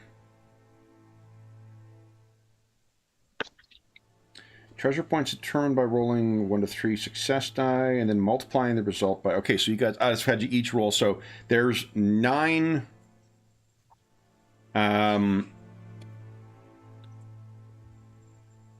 value of the treasure is 9. It's up to the players to distribute them, splitting the treasure rating as they see fit, recording their share on the character sheets. I think treasure comes into the fellowship phase. All right. Okay. Yeah, I think you've got to spend a certain amount to maintain your standard of living. Right? Oh, okay, there Something you go. like that. Okay, so you each get 3 treasure then, assuming you're splitting it equally. And would you each roll a D12, please, for... See if there's any magical treasure in here. Oh, it's a 1, not an 11. That gas was misleading. Okay, so no magic. In terms of encumbrance, every single point of treasure, individual marvelous artifacts or wondrous items, corresponds to 1 point of load. But So we can stick it on Branca. yes, that's true. It is Treasure Pony. Now, I'm going to check on the eye awareness score. So currently, the eye awareness would start at 2 because of there are 1 or more high elves or Dunedain in your group. So when a player outside of combat rolls a shadow or a Eye of Sauron, it goes up by 1 when you guys gain 1 shadow. It goes up by 1 when you use magic. It goes up by 1. And then the more magic you use, the higher it is. Killing orcs would not be one of those things. And the reason that matters is because when it hits a threshold... Oh, here it is, here it is. When you're traveling in a land, borderland, wildland, darkland, depending on what your shadow score is, we make a roll for the hunt.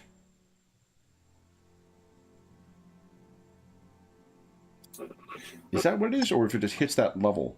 So, like, the higher the eye awareness score is, the more likely when you go into dangerous or corrupted lands, they're going to be like, wait a minute, that guy! Which is pretty cool. It is pretty cool. Yeah. Okay, so the eye awareness is at, and I don't know if you guys are supposed to be aware of it. You must be able to, because I mean, when you gain... Of how much shadow we're wearing? Yeah, how much shadow you're carrying. And then there's also... Okay, cool. So then, like... And also, it depends on what you're trying to do. Like, if you are trying to hide yourself or traveling under false names or things like that. I'm Mr. Underhill. I'm not sure if we've met. You actually... The hunt modifier goes up. The threshold for it to trigger goes up. So it sort of simulates the idea of, like, trying to find ways to confound the enemy from finding you. The last thing I was going to look up is getting your endurance back. Fortunately, you did not suffer any wounds, and you were about to take your mid-session break, or mid-session break, your midday break. We're also going to take our mid-session break in a second, but let's find how much endurance you get back first. And that is at the end of the combat section, I believe. You did not suffer any wounds. Those are combat tests. Now we're into council. So, where? I think it was in the maybe at the beginning where it was talking about hobbit-sized ponies. Come on, you. Is it in the? Here we go.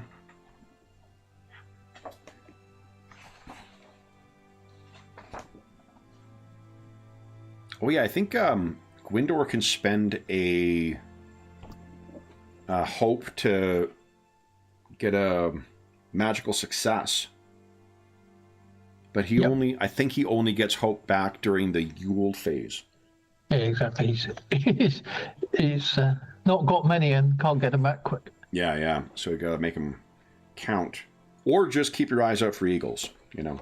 But the magical success is pretty cool. The which? Yeah. The magical success is pretty cool. Oh, definitely. Yeah. Yeah. It's a cool way of letting them kind of pick their, their moments. For Pete's sake. Okay.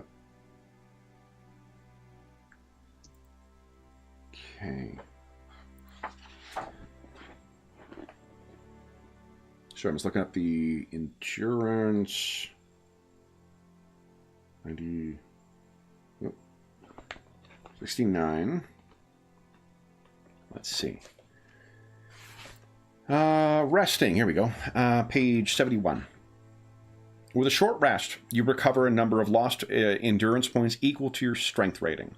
Wounded heroes do not recover any points at all. So Amlath, you'll be up by whatever your strength is. I think a 5. 5. Okay. Okay. Excellent. And then when you complete a prolonged rest, which is a full night's rest, they really went out of their way to not call it a long rest. So a prolonged rest would be you recover all of your lost endurance or a number of endurance points equal to your strength score if you're wounded. So it sort of like stages back how fast you recover if you suffer a wound. So good call on spending that hope on that. All right. So then, guys, let's go back to the travel map. You'll keep on your way to Tharbad. You managed to clear out those orcs even. But why don't we take our mid-session break now? And then we'll carry on your journey. Sound good? Very good. Okay. Yeah. For those listening at home, we'll be back in about 5 minutes.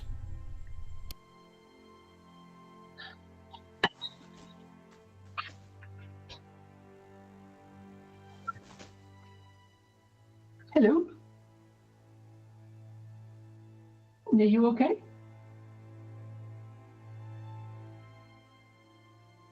You're coping?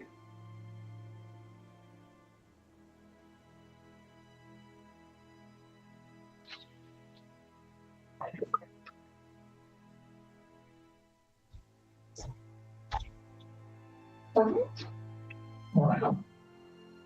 You handsome boy. He's a handsome boy. Yeah. Hello. Were you in your cupboard? Were you in your cupboard lurking? That's allowed. That's allowed. I'm glad you like your cupboard. It's somewhere nice and dark and safe, huh? Dark and safe.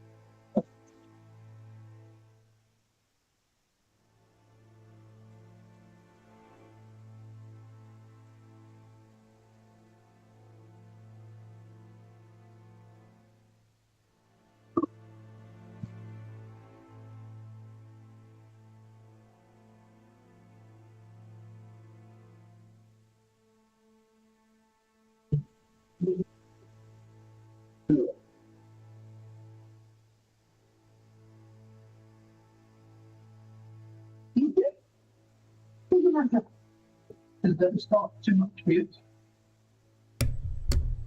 Okay. Hey, everybody in chat. Hope you are all having a great success, a great start to the weekend.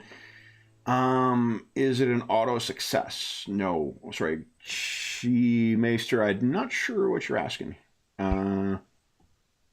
Let's see here, everyone. Matthew, thank you very much for your generosity. That's very, very kind of you. And yes, Sarah, there was a cat in town. There's often a dog to be found in town, where an Anna is speaking up. So, all right. Arsenius Hollis, the great healer who believes laughter is the best medicine. I completely agree. It is a very unfortunate sounding name. Pre-gen, though. Let's see. Yeah, hope everyone is having a wonderful start to their weekend. Okay. Everybody's camera is off, incidentally, as well. I will mention as well, the reason I'm sporting this ridiculous pseudo mustache is because I'm taking part in Movember, the fundraising activity for men's health.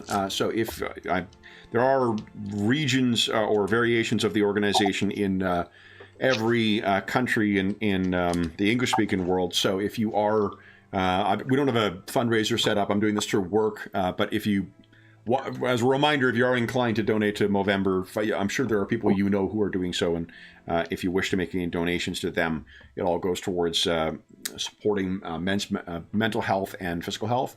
So I was justifying my stupid fucking mustache, James. At the time of recording, yeah, for those who may be joining at a later date, at the time of recording, it is November 8th, so I'm sadly only 1 week into this mustache so far, which I'm describing as the sex pest. So it's going to be a real monument by the end, and it will be the most enjoyable shave I've had in a very long time. It'll be a full pervert look for the. Oh, yeah, it's going to be. Session. Absolutely. But all for a good cause. So, all right. So that is finished charging. That fight was less. It may have been because I intentionally prepared ahead of time to agree, but it was less chaotic than I remember the last time I tried to run combat in it.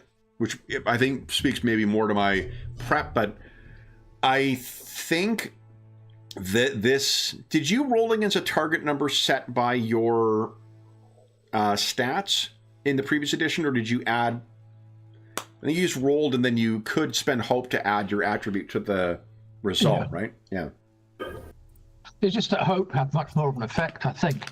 Again, I need to get one to the table and do some. Yeah, and I think... So I think like because it is spent afterwards, that's the more I think the more significant change. If you're able to find a favored trait or distinctive trait that apply, on average, you're adding 7 to the result of the score by adding 2d6 to it. But it is a bit of that like potential analysis paralysis where you're trying to decide, like, do I really need to spend hope at this point or whatever? And I see some people have already house ruled to roll afterwards, and I might in the Christmas game I might do the same thing too, but I don't know. Well, the thing I like about it, and again I need to take it to the table to see if it really works that way, is that using hope that way with using your attribute is much more certain than in this version, and that really helps in the death spiral because you can hope your way into competency. Yeah, fair enough. That's the one reason, I think. Yes, and you can spend hope when you're weary. I think so. Yeah. Yeah, I don't know. I need to double check, but because that that's the concern, is once you get into the death spiral, it all goes very badly wrong. Yeah, and I also I to be honest, like I hate blind spending mechanics in general. When you don't do it. If you got a narrative meta currency, I much prefer when players are making a conscious decision of making those spends as opposed to being like, well, shit, I didn't need that. But anyway, I do like how the successes work in this, though. That's pretty fucking cool. And the shield breaking is going to be an interesting mechanic as well when you guys are facing adversaries who have those, or the piercing. We haven't seen that trigger yet, but pretty cool. All right. We are on to the next leg of the journey, though, guys. You've made it. The first leg. Vig, would you once again give us a travel check? Yeah. Now, one last thing. Yeah. I do like this because it makes spears good, and you know I like a good spear. Yeah, spears are pretty badass. Yeah, that's what I wanted to give Gwyndor because it felt more of a Gil-galad kind of vibe. If he is a high elf. Look at that! Holy smokes! Okay, so Gandalf rune on travel. That's awesome. Did I mark that page? I did. Attaboy, Kev. Okay. Marching test. Here we go. Did you get any success icons? You did not. Sadly not. Okay. So then,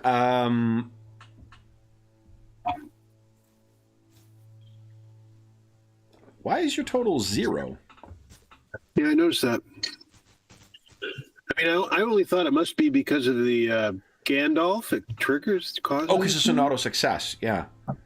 Yeah. Oh, so that's why. Yeah. So this is like you don't need to worry about the other stuff. Right. Okay. Yeah. Yeah, that makes sense. All right. So once again, 3 more before your next encounter. Was your 1? Let's see here. It was 3. My goodness, you guys are making good time. Look at this. All the way down to here, guys. Then, Vieg, would you give us a D6 roll, please?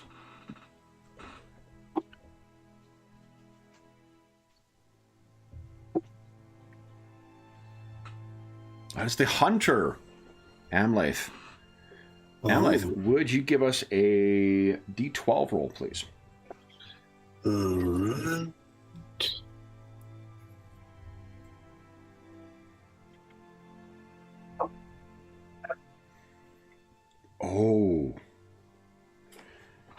So, just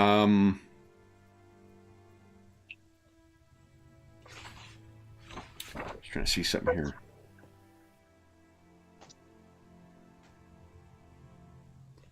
Okay. So, despair is what you rolled. And it is, you're going to have to make a hunting roll, but if you fail, then everyone will gain 1 point of shadow that can be resisted because it is dread. So it's a fear-related thing. I think maybe... So you encountered those orcs in the South Downs. Tell us about, what do you think the mood's been in the Fellowship since you guys have left the orcs? You've got Treasure Pony stocked up with 9 treasure. I've and I'm minorly, I've got some scrapes and bruises, but it's not too bad. Mm-hmm. What do you think, Vig? I think it's still fair. I think we're holding our own. You can restore all of your endurance now too, Amlath. Okay. Yeah, as soon as you got a good night's sleep, you're fine. Wax of orcs always cheers me up. Yeah, I agree. I think I think we're fine. I think we're... So perhaps it's at first the overcast weather that comes in, and then perhaps it's just the late or early spring sleet. So it's a bit unseasonable, and it is in one of the last 2 days of travel. You have been bedeviled by what seemed to be the same pack of wolves, and I think it is in that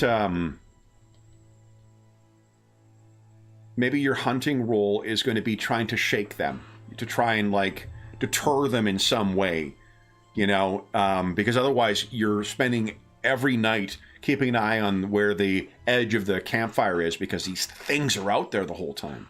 So why don't you give us a hunting check, Amlaith? Let's see if you can throw these wolves off your heels. Okay. Let's see. I'm debating on hope. I don't know if you can spend. So when you're making shadow tests, you roll either valor or wisdom. Oh, okay. This isn't the travel roll. No, this is if you fail. But I'm just trying to remember. I can't remember if you can spend hope on those. I think you can. Yeah, there's not. I don't see anything that prevents it. I'm going to spend one hope here. Okay. Okay. And hunting. So you get one. Oh, and do you have a distinguishing feature that would apply? I don't think so. Well, I mean, rhymes of lore, swift and true-hearted. Swift? Yeah, I didn't think so either. Yeah, okay. Yeah. When a skill is favored, I should be clicking on favored, right? On the should I be clicking on the left? No, it'll roll automatically. Okay. Yeah, see how it says favored already? If you hover over it, you'll see you rolled an 8 and a 3. It took the 8 instead of the 3. Nice. Okay. So that is a huge success. So fortunately, you throw them off. You are not having to make a dread check, but you do each gain 2 fatigue from the travel. Oh, okay. Okay, so if you could put 2 down, I'll do that for Gwindor. Okay.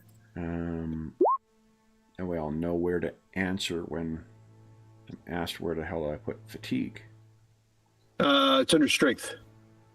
Oh, there we go. Okay. Yeah. 2 fatigue. All right.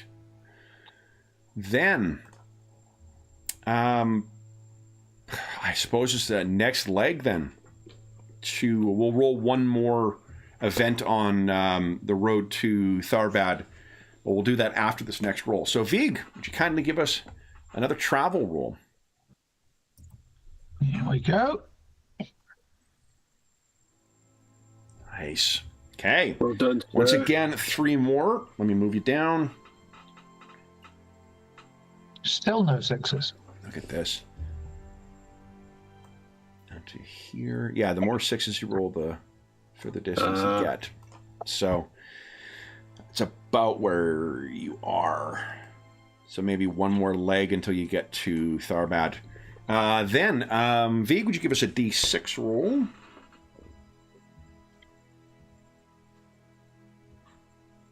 Sorry, up arrow did not work there.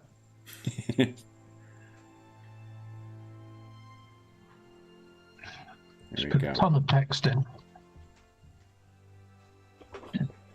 6. Once again, the hunters.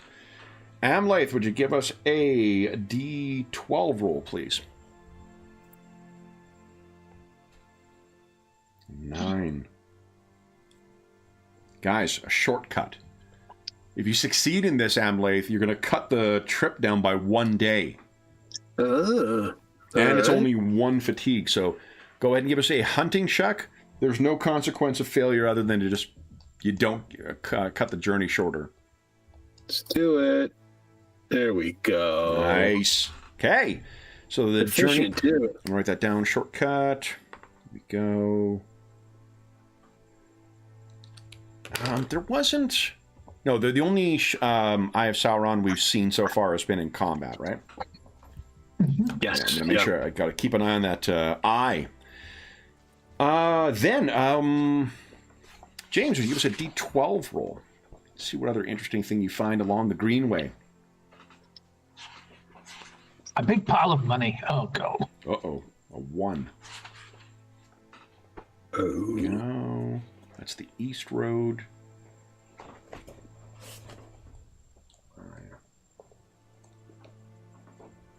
There we go. A big pile of money? So while you're, this is probably during your shortcut as well. While you are making your way across some of the, what is that? Looks like it's plains, I guess. Yeah, it looks like. So grasslands. You come across a bit of a surprising sight, which is the ruins of an abandoned roadside stable. And what you can see is a wild steed grazing in the grass. This majestic animal, you would know, Amaleth, because you're our strongest hunter here, can be successfully calmed with a hunting or enhearten roll. Each success rolled represents a training opportunity, and if the hero makes 3 tests with at least 1 success, shown as a 1-6, each time within a week's time, the horse can be ridden.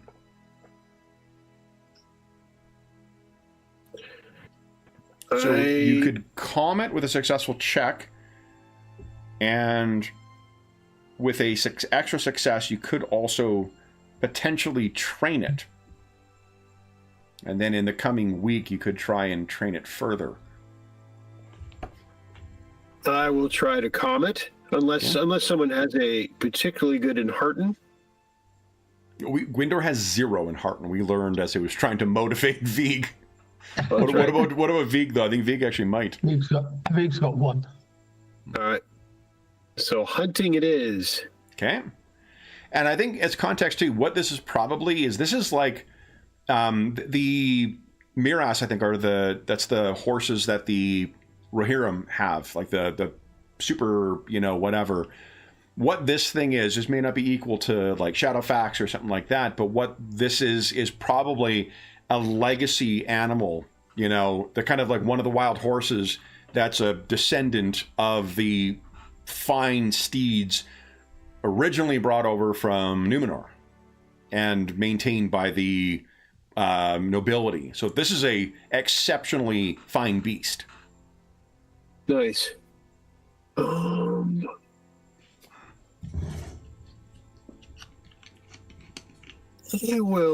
debating on hope again. Okay.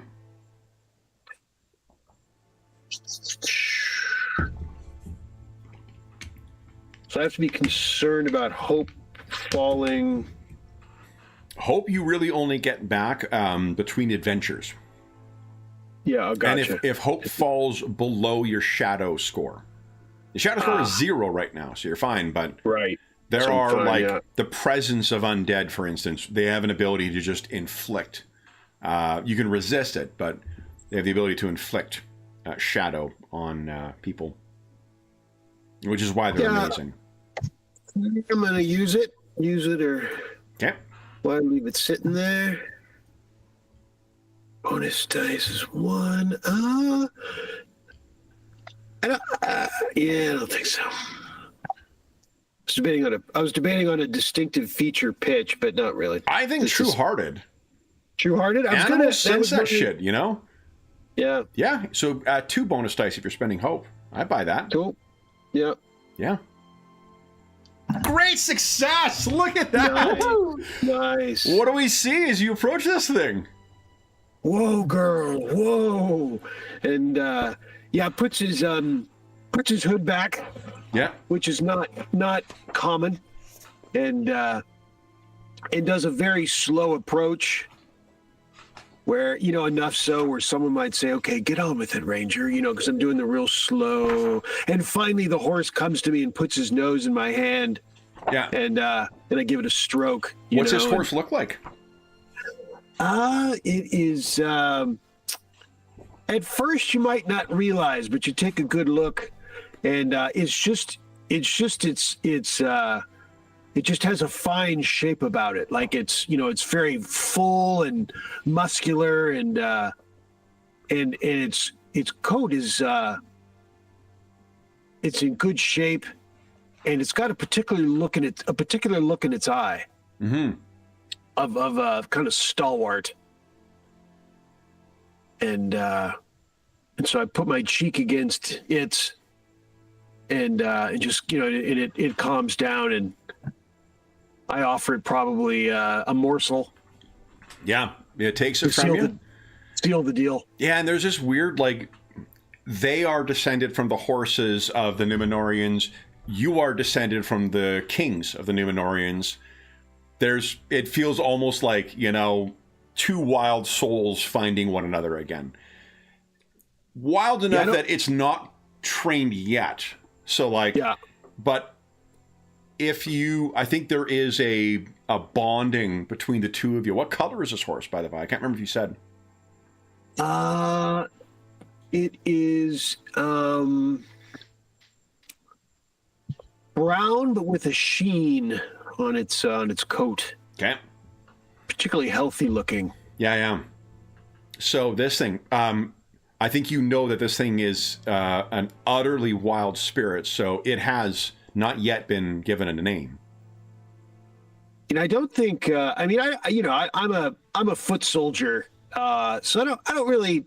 I'm good with walking. Like, I always prefer walking, but so it kind of surprises me that I'm, that I'm like, oh, this is special. Like, this is. Well, and it's also worth noting, this was during your shortcut you came across this thing. So if you were to find a horse, after we were talking about this beforehand, but honestly, if you were to find a horse that was familiar with the traveling the wilds and all those strange, rugged places, this is the horse that knows that stuff.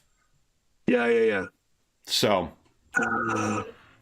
what it is right now is it'll take you 3 more successes over training for the next week to do that. Right now, it will follow you at least. You can't use it for burden. You can't ride it, but it'll be following along at least. If you choose to. Yeah. I'll be giving it morsels as we go. Fantastic. All right. So then for that, did I tell you get 1 fatigue for the shortcut? Okay. Okay, so everybody should have 3 fatigue now. And then we are into our final stretch. So, put Gwendor aside. Let me double check. I don't want to talk out of hand. Let me make sure you've got... it is actually 3. Here we go. 1, 2, 3. 3. 1, 2. Yeah, here we go. If you get 3 successes, Vig, this will be your final leg to get to Tharbad. So, Vig, would you give us your travel check, please? Nice. Okay. Yet again, you will be arriving in Tharbad, but let's see what is encountered along the way. Would you give us a d6 roll, please, Vig? Yep. 12 d6 rolled and not a single 6. Whoops. Oh, you didn't get a... You got the Gandalf die, or Gandalf rune. 5. Hunter once again. I'm like, you busy? would you give us a d12 roll, please? Indeed. That is a Gandalf. That is once again a joyful sight. So, guys, let's do this first. So knowing you're going to get a hope point back from this Amlath, why don't you give us another hunting check to try and train this as yet unnamed horse? You need to get 3 successes over the course of the week. Okay. Let's see. Nice. That is a great success and a Gandalf. Wow. So you're one of the way towards... We're connecting. Most definitely. And I think, you know what, again, like this, I think this is probably a Tolkien thing, but Gwendor should be down... I think his hope should be an 8, because I think I spent 1 hope during that fight, didn't I? Yes. Yeah, okay. I think, Vig, what is it? Tell us about like how heartening it is to see Amlath like this. Because I don't think that, you know, however Amlath, your experience with him be, this sounds like this is a truly joyful moment. And in a Tolkien-esque way, there's almost this echo of, you can see the, you know, the lineage of kings that is in both of these wild, you know, creatures. And you're getting glimpses of it by seeing them together at times, but also you're seeing them both truly as, you know, parts of the wild. What's Vig feeling about that? Yeah, he looks surprisingly cheerful. It's quite disturbing to see him so up for once. I'm probably ignoring you a little more too, because I'm like, you know, on the horse, and you're like, Amleth, and you know, it's just whatever, and I'm just. Well, Amleth is also a scholar too, right? So he's not only a dedicated ranger, he's also a scholar. True. So he's probably a fairly. Maybe this is one of the first times, or one of the few times, you've heard him laugh quite so openly and loudly, and in fact, I think you, like, you're trying to get my attention, maybe. And you come closer to like, Amleth, and I'm softly speaking to the horse, all in rhymes, because I have rhymes of lore as a distinguishing feature. Yeah. So I'm doing a little rhyming thing, and you're like, that's what? right. To the horse? So you know what? You actually may know, like, in your studies of because there was the land of Arnor, which then fractured into 3 different successor kingdoms, and then they collapsed over time. You may know the names of the kings and their steeds who ruled here, you know, centuries ago. And you may be like, you know, like, listen, was so-and-so your great-grandfather? Was it so-and-so maybe, you know? And just talking to this horse like this, whatever the reason is, guys, everybody gets 1 hope back. Nice. Because, yeah, it is a heartening scene. And I think I'm going to, until, of course, if I find the horse actually has a name, I'm going to refer to it as Kindred. Kindred, okay.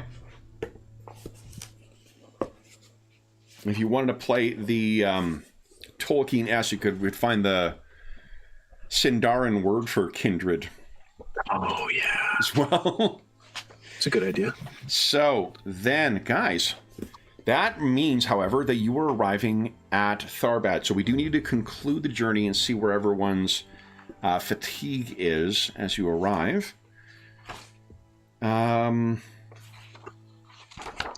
is combat. That is council. That is travel.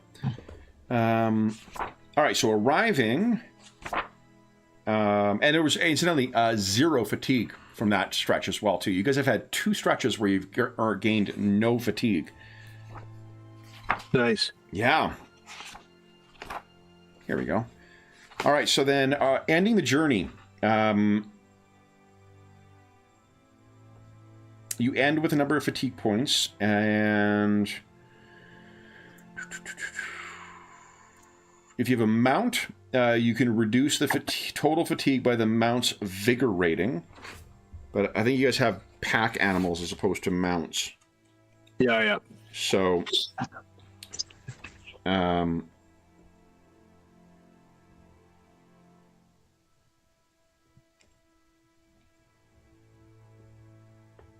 Oh, no, this is in addition. The usefulness of them are beyond that. So you can reduce reduce you're prosperous, so you have a decent pony. You can reduce your vigor or your fatigue by 2. Cool. And like when you finish training Kindred, it will reduce by 3. Then Any remaining fatigue is recorded on the character sheets. They will get rid of them at 1 fatigue for every prolonged rest that you take in a sheltered and safe location. But you can also reduce your fatigue with a roll of travel. A success reduces it by 1, and 1 more for each icon that's rolled, every 6 that's rolled. James, would you mind rolling for Gwindor? And Sean, go ahead and roll for Amlath. A travel check, please. Okay. Oh, there we go. The eye goes up to 3. Oh. Okay. That's like group shadow. Yeah, it's something. If I was to build further on what's going on, you connecting with this regal horse, it's the kind of thing that draws the eye. Yeah. So we shouldn't put that on our sheet, should we? No. The lore master keeps track of that stuff. Yeah. All right. I can't remember. I assume I'm supposed to be transparent about it because you guys would be like you taking steps to hide yourself or to conceal your identity or things like that. Those are ways you can keep your things. Right now, you guys are fledgling heroes. This is not a huge concern. It's when you're when the eye gets up to like the 12, 14 range. That's when it's really like. You should really take some steps, or you're going to have like agents of the shadow actively hunting you. So cool, yeah. But then, so failure on both parts. That means Gwindor and Amlath, whatever your. And Vig, are you out of? Did you get? I think you still have 1 you need to make a travel check for, right? Because you guys gained 3 fatigue over the course of the journey. 2 that is ignored by your pony. So if you make a successful travel check, then you'll ignore that one too. Okay, so that's me. So I'll do a travel check. Yeah. Okay. Yeah. Sorry, James. I don't know why I was thinking that Vig didn't have to roll one. Great success. Look at that. Nice. Yeah, 1 per prolonged rest. So, guys, that means you are arriving in Tharbad. Let me show you what Tharbad looks like. So, apologies. So, what does that fail do for Gwindor? It does nothing. It means that he does not reduce the fatigue, but yeah. But Vig does. Yeah, like what the travel check would do is on a success you reduce the fatigue earned by 1. Cool. So I'm down to 0 now. Yeah, Vig should have 0, and Gwindor I think is at 3. Yeah. I'm at 3. Yeah. So. You guys are pretty tired, and then you've got Kindred somewhere outside of Tharbad. Let me show you. Let me grab your tokens as well. Let's see here. Probably grab them from here is the best bet. There we go. And you got a bunch of treasure as well, too. Treasure. Oh, yeah. Horses and ponies can carry up to 10 treasure for you. So... welcome to Tharbad. You guys are approaching from the north. Put you guys up here. Now, let's talk about the grand city of Tharbad. Why don't you guys, Amlath and Vig, why don't you each give us either, I think, travel or lore. What I'm rolling is to see how much you guys know about it, how much you've been here.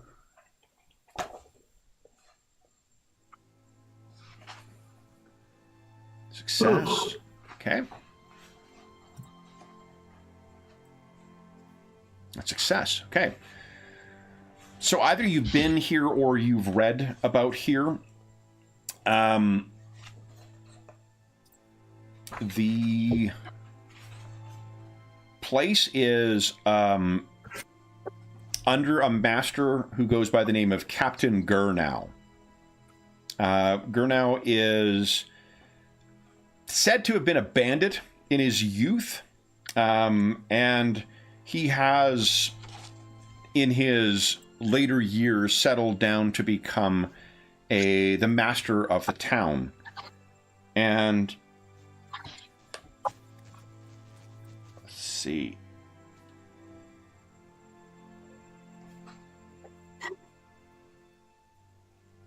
Sorry, I'm just trying to see.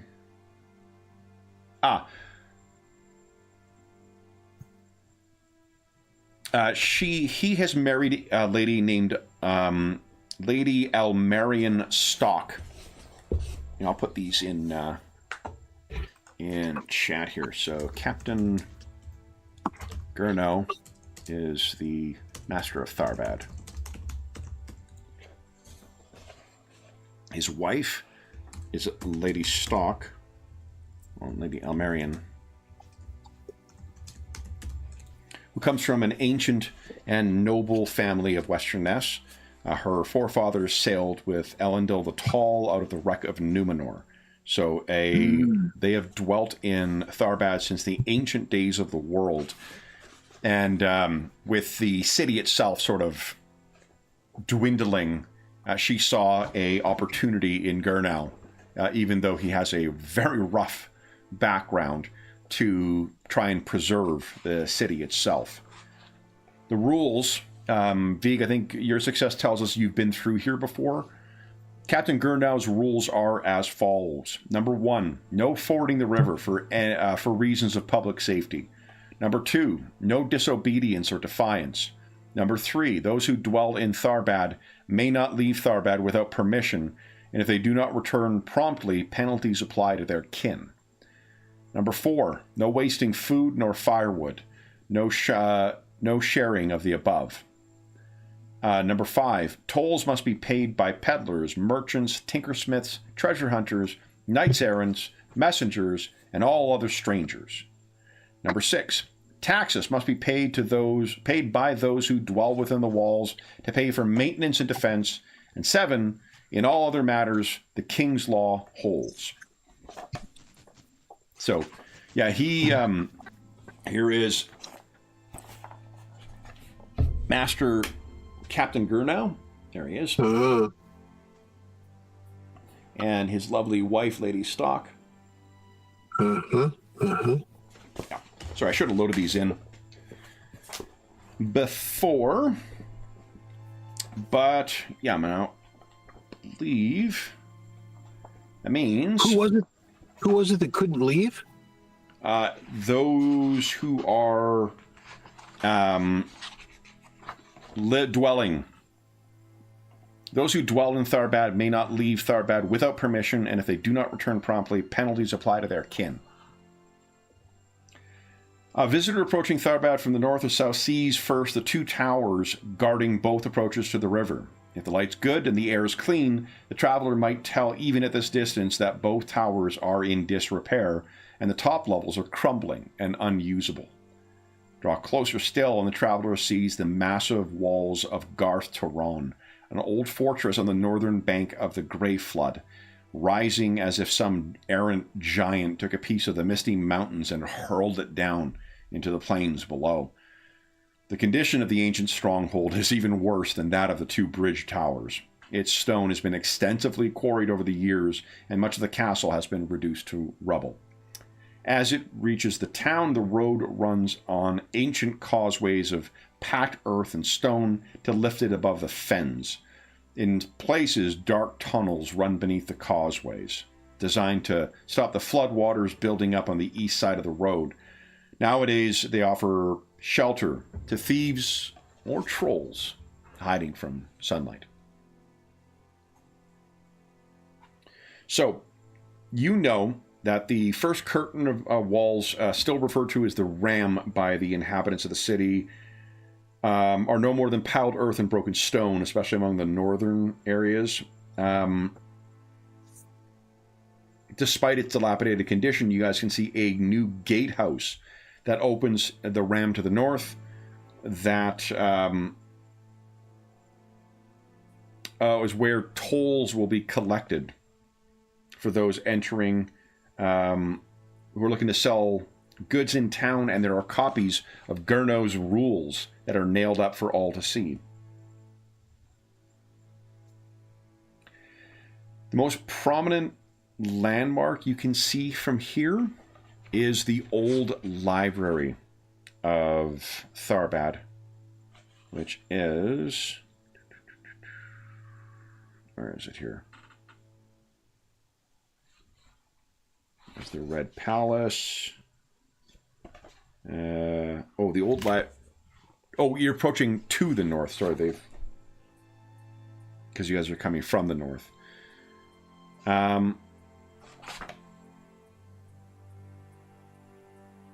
So, what is your plan for locating Arsenius the Healer? Oh, yeah, let's see. I think we should ask around, eh? Yeah. Let's ask around. You ought to be well known. Bit of carousing. Minor carousing. Okay. So then I think you are able to... Oh, you will know as well, Vig. Tharbad's best inn of the two inns that are in town is a place called Bridge Inn. Bridge Inn is actually depicted on the map here. It is right here. Uh-huh.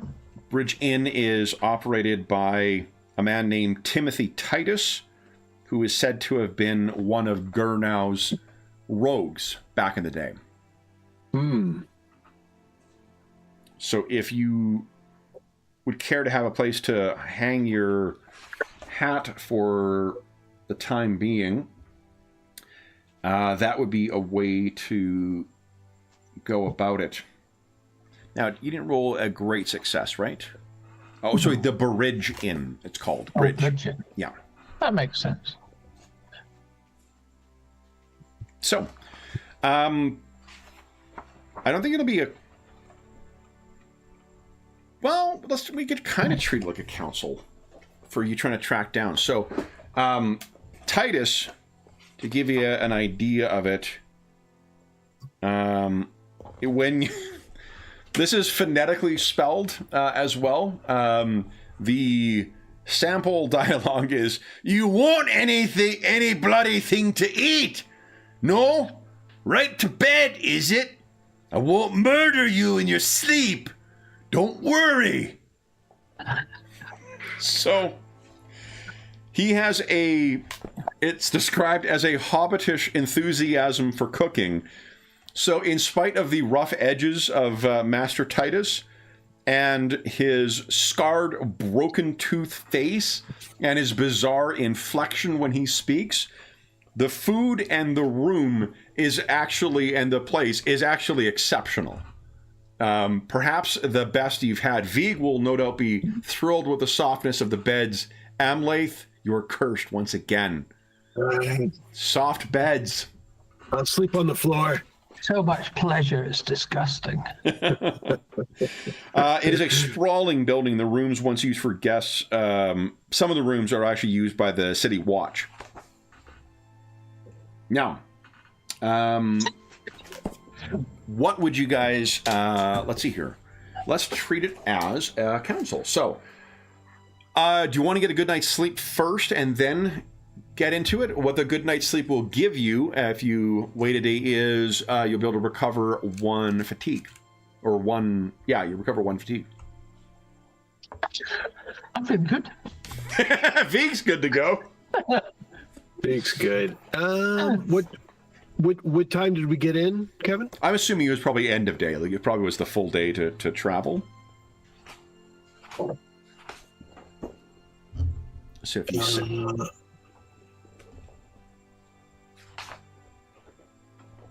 Yeah, perhaps get a fresh start on our search in the morning. Okay.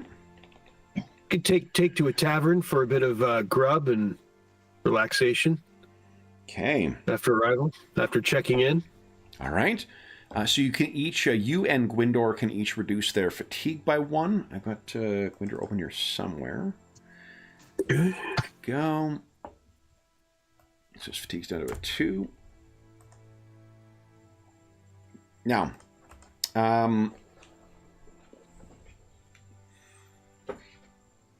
So what we're going to do is we're going to use because we haven't used them yet, so I thought it'd be fun to use them today, is the council rules.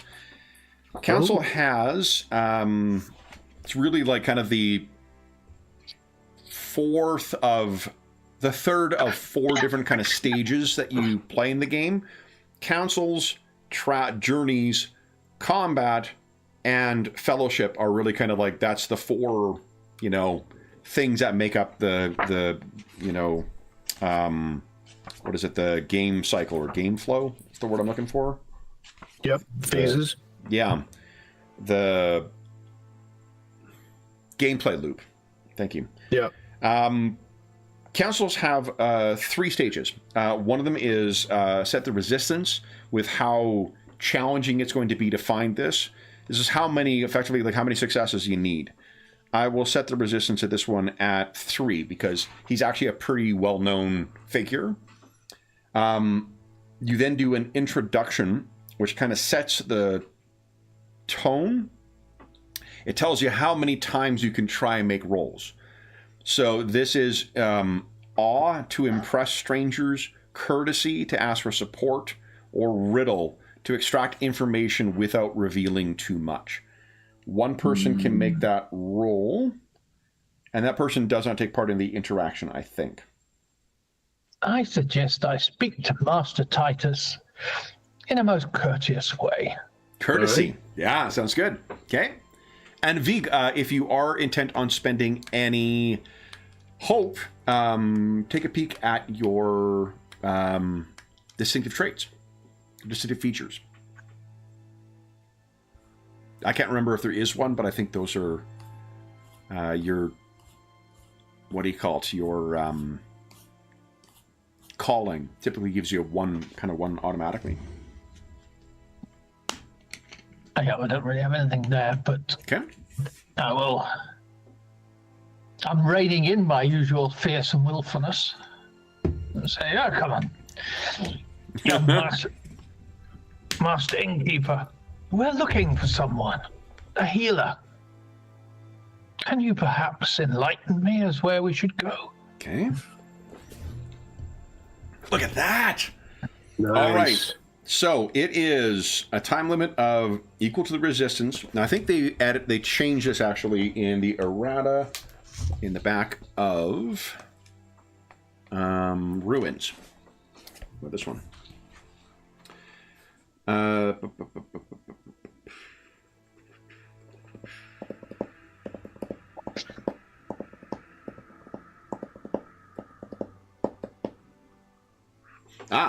So the success is time limit is 4 plus 1 for each extra success icon. So you have a time limit of 5 for this council. What that means is, okay.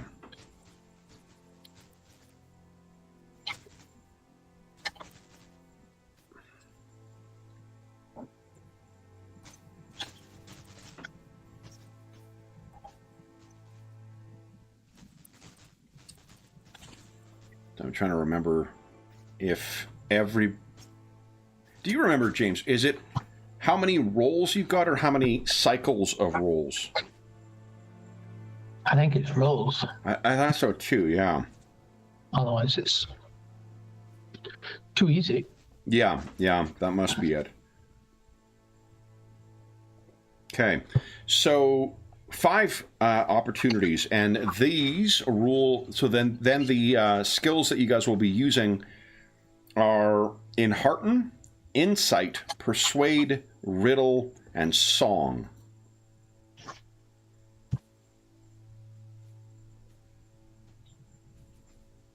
So, and V can also participate in this as well. It's one person who does the introduction. What would you guys choose to do? I think that this guy, because who you've chosen, will treat it as open. They're not reluctant, so you're not going to take any modifiers to your roll. So who would like to start? Vig, Amlath, or you want to stick Gwindor with doing something? I might hit him with a riddle. Okay. One that sounds at first like prose, but then of course you realize it's rhyming. So to give you an idea, riddle is sort of like, not necessarily like, presenting a riddle to someone. They use the word riddle because of fucking, The Hobbit. But what they give as the example here is a successful riddle roll allows the player hero to put together all sorts of tidbits that incautious speakers might accidentally give away in their conversation, or simply to gather interesting facts all the while. Like, you can definitely do a riddle as well, because the riddle game was a big part of it, but it's not like everyone shows up and it's suddenly like, what's a, I have challenged him to a riddle off. I was like, can you imagine like some fucker showing up and being like, what is I wake up in the day and I shut the fuck up. Just shut up. Right. I don't want to fucking hear it. Right. Hit him with an axe. Exactly. Oh my god. But anyway, so Amalek, yes, you can use a riddle. Yeah, it does fit him because he is a bit eclectic and doesn't like to give away his whole hand. Definitely. Yeah. So whenever you're ready, no modifiers. All right. Oh, no good. Oh. Seems as if lips are pretty sealed here. So that is 1 of 5. Vieg or Gwindor next. I mean, Gwindor will go for insight then. Okay. So insight is evaluating the emotions. Okay. There you go. 1 success of the 3 that are needed. So I think Gwindor is maybe, obviously, you know what? How do you find a healer? You listen to people who are in need of a apothecary or a physician. There's another word I'm looking for that's kind of a medieval thing. I don't remember what it is. It's not apothecary. It is chirurgeon. Oh. Yeah. I don't get to use that at all in my day job, so I will use chirurgeon whenever I can. Yeah. Vieg, what are you doing?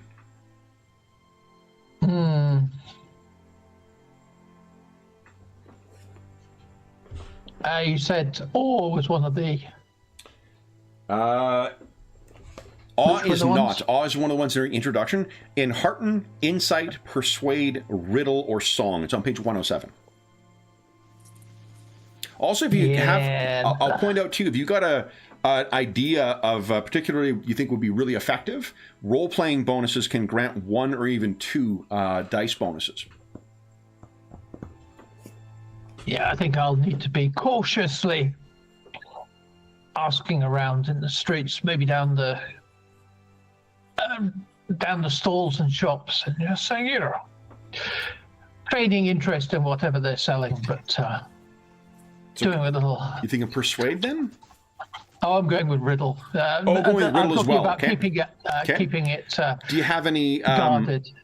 Any traits? No. Okay. Sadly not. I'm not a good persuader, so I've got to be a bit sneaky about this. Look at that, though. Oh. We'll take your first one. The first one was 2 successes. So I think, you were going to find very quickly where this fella... I suggest I go into whichever location and I ask, do you know where I can find a healer? And I am talking to the man himself. So maybe, it's 1 or 2 buzz. You get a couple of, you overhear someone talking about this, and you walk into a stall. And I don't think let me think if I had the foresight to actually, I know I loaded 1 or 2 images that I might use today, but nope, that is not one of them. So I will do that for next time. I'll make sure I got all these NPC faces. But this is the man who turns around.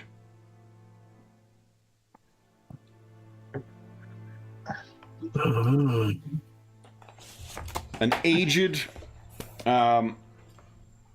man with fine Aquilonian features. He... V, do you have any points in lore? Bear with me. You do have like 3 points in travel, I right? have one in lore. One in lore and yeah, three one in lore and travel. like 3 in travel. So I think between that, you can pick up. This old man turns around and says, "I am a healer, sir." And you can hear from his accent that it's clearly Gondorian. And not like the region around Gondor. Like, this is a guy who is from Minas Tirith. It's got that little bit of like, metropolitan, educated, sophisticated flavor to it, and a clear accent from it. It's a little broad, but distinct to your ears completely. That matters only because if he was trained in the houses of healing, it may explain why he is such a high and in-demand healer here. So he turns and says, and you can picture this place is just full of jars of different like herbs and unguents and materials and things in, hanging in fluids. There are different plants that are growing around that lend the place a very unusual kind of, earthy aroma. And he turns to you and is still saying, you can see his eyes, like the way he's looking at you, they've got that kind of, he's not blind, but it is a check in the mail. There is a distinctive kind of like glassiness to his eyes where there is cataracts that are making their way over. You seem, and he kind of squints at you, you seem well, sir. Is it a malady within? So we've been directed to you. You have, and perhaps Amlath and Gwyndor, you're, outside as well. Following up with Vig on this. Maybe I can introduce my friends. Come on in. Wave you in. Okay. All right. So the two of you come in. He looks over the lot of you, and you can see it's a part of it is him trying to like clearly see what he's seeing, and part of it is him being surprised by this collection of a dwarf, an elf, and a ranger. You said someone sent you to me. Who sent you to me?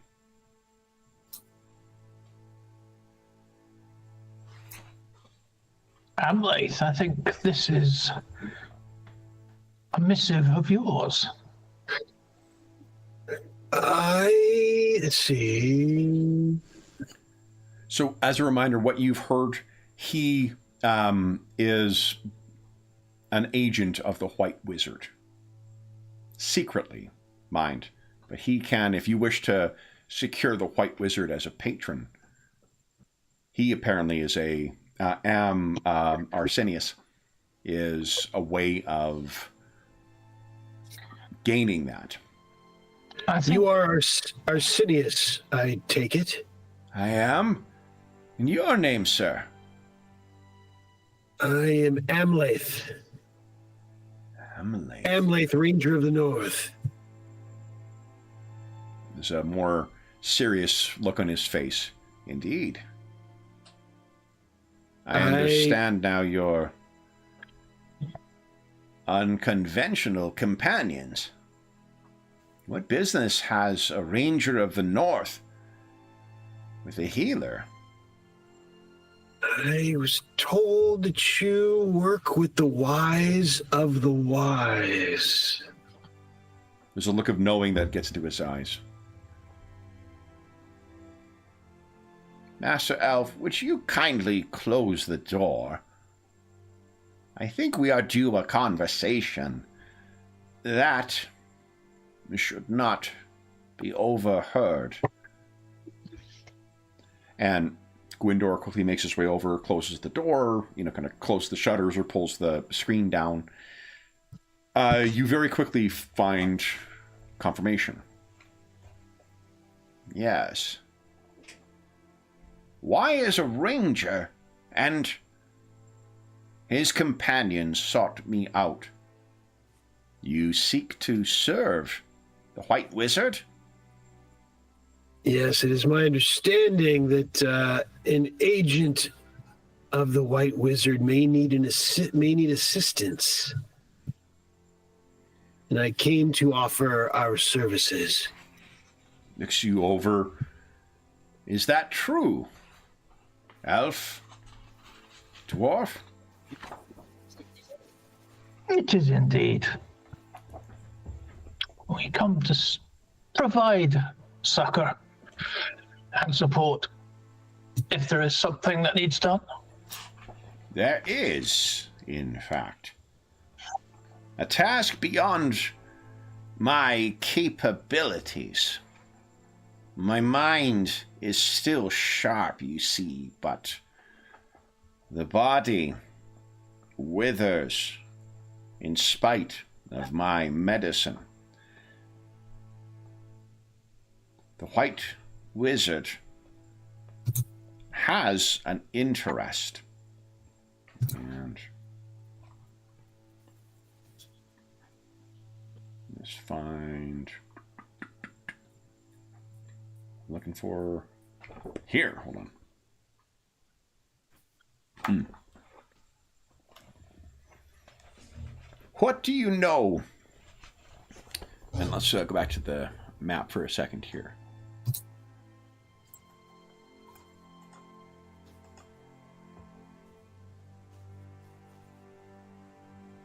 What do you know of the Swan Fleet to the east of Tharbad? And you guys can... I think lore would be one option. I think... I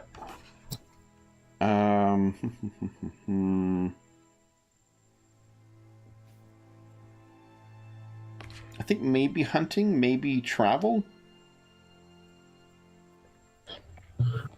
Amlath is Lori. Oh yeah, Amlath is quite the lore. There we go. Nice! Great success. Is that Amlath's first great success? For the session? I feel like you're trolling me with that comment. Well, I know we've seen it from a bunch of the other characters thus far. I don't remember him rolling one. Yeah. Okay. So yeah, it might be. All right. So let me tell you about this. So I had that Gandalf on the hunting. I had both. Right. Yeah. Of course. Yeah. With Take that, Kindred. GM. That was not my first. No. But possibly your last. So in the Swan Fleet, so far to the west in a haze lay, this is the quote for this thing, far to the west in a haze lay the mirrors and eyots through which it wound its way to the Grey Flood. There, countless swans housed in a land of reeds. Scholars and travelers consider the vast marshlands known as the Swan Fleet to be uninhabited, save for hosts of swans and other water birds. Curiously, this network of swamps and pools may instead be one of the most densely populated regions in Eriador. For Swanfleet is home to the lost and to those who fled their enemies and misfortunes. The local folk have many forefathers, the tribes of wild men who lived in the vast woods of Eriador and were driven from their homes by the foresters of Numenor, Numenorean settlers who fled the coming of Sauron, folk from the North Kingdom who escaped the civil wars or the war with Angmar. Other people have made their home, the Swan Fleet, their home as well. elves hid here, high elves of a region, with all their might and artistry, reduced to living in muddy holes after the enemy laid waste to their palaces. Dwarves took refuge here for a time when their kingdom was in the mountains was destroyed. Even hobbits lived in Swanfleet. The ancestors of the Stewars settled here for many years, for these marshes are much like the Gladden fields on the other side of the mountains. So you would know all of this, Amleth, but you also got a great success. And I think this maybe speaks to some rumors that you've heard. And the rumor you heard, here we go, is that deep within the Swanfleet marshes, there is a secret place. A sunken palace, mostly lost beneath the mud. It's not a house, for no one dwells there, but neither is it a tomb, for the one who lies there is not dead. For in the depths of the cave lies an elf maiden on a stone bier, her long golden hair spilling over the edge like a waterfall of light. She lies there, unmoving and silent, still as a statue. But if you listen closely, you may hear the faint sound of her breathing. Her beauty is breathtaking, the fairest of the fair folk, marred only by the wound in her ankle, where 2 fang punctures and corrupted skin tell of where a serpent struck her. Long has she slumbered, encased in imperishable crystal. The people of Swanfleet hold her to be a spirit or a goddess, and believe that she watches over them in her dreams. To guard the maiden, they have added to the palace's defenses, permitting dangerous creatures to dwell here, so that only the wise women of MacLeod may enter the palace safely. MacLeod is one of the secret communities within Swanfleet. So you knew all of that, Amleth. I will share it. There is much beneath the surface.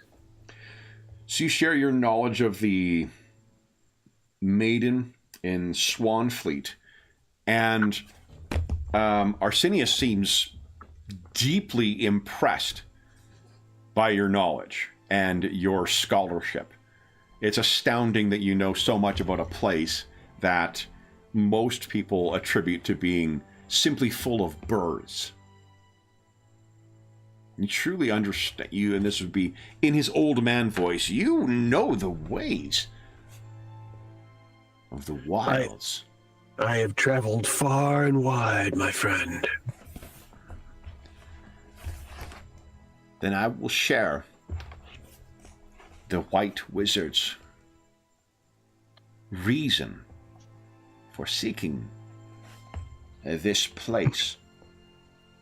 The tale of Nethig is mostly lost even to masters of lore. Her sad tale transpired in the years just before the fall of Eregion. Many elves were slain in those terrible wars, and Nethig is often accounted among the victims of Sauron's armies, not Sauron's treachery. Lore may recall strange tales of a haunted hill in the depths of Swanfleet, where a river maiden slumbers. Few know where the palace lies, for it is sunk beneath the mud or shrouded in thick vegetation. Once a paved pathway led from the whispering halls of Celebrimbor to the doors of the palace. but this road was destroyed long ago. Perhaps the wise women of Medcate recall something of the place. While Eregion is long since destroyed, there may yet survive records in Moria of the building of the palace, for it was done by dwarven masons of that city.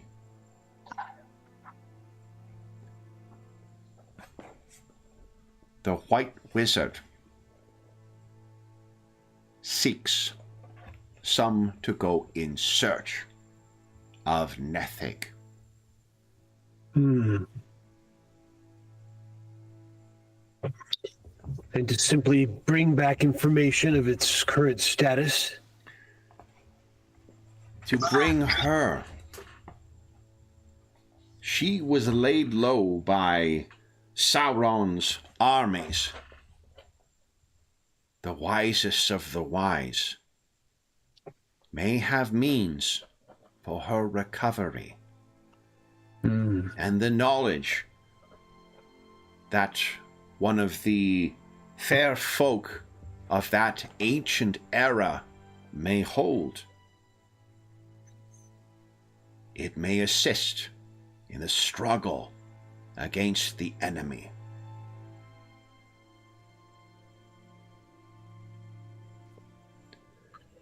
Very well. It seems you know the dangers of the Swan Fleet. Indeed. Take this charge, then, Amlath, Ranger of the North. I will look at Vig and at Gwyndor. I don't come all this way.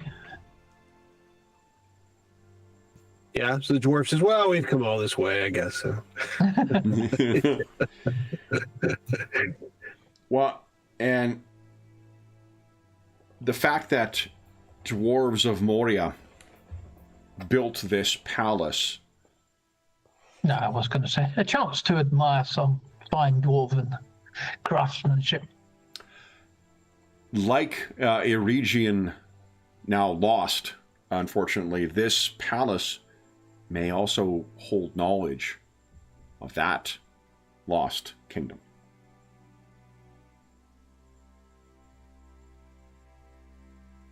And Gwyndor seems... Gwyndor is certainly, when he hears about one of his kin,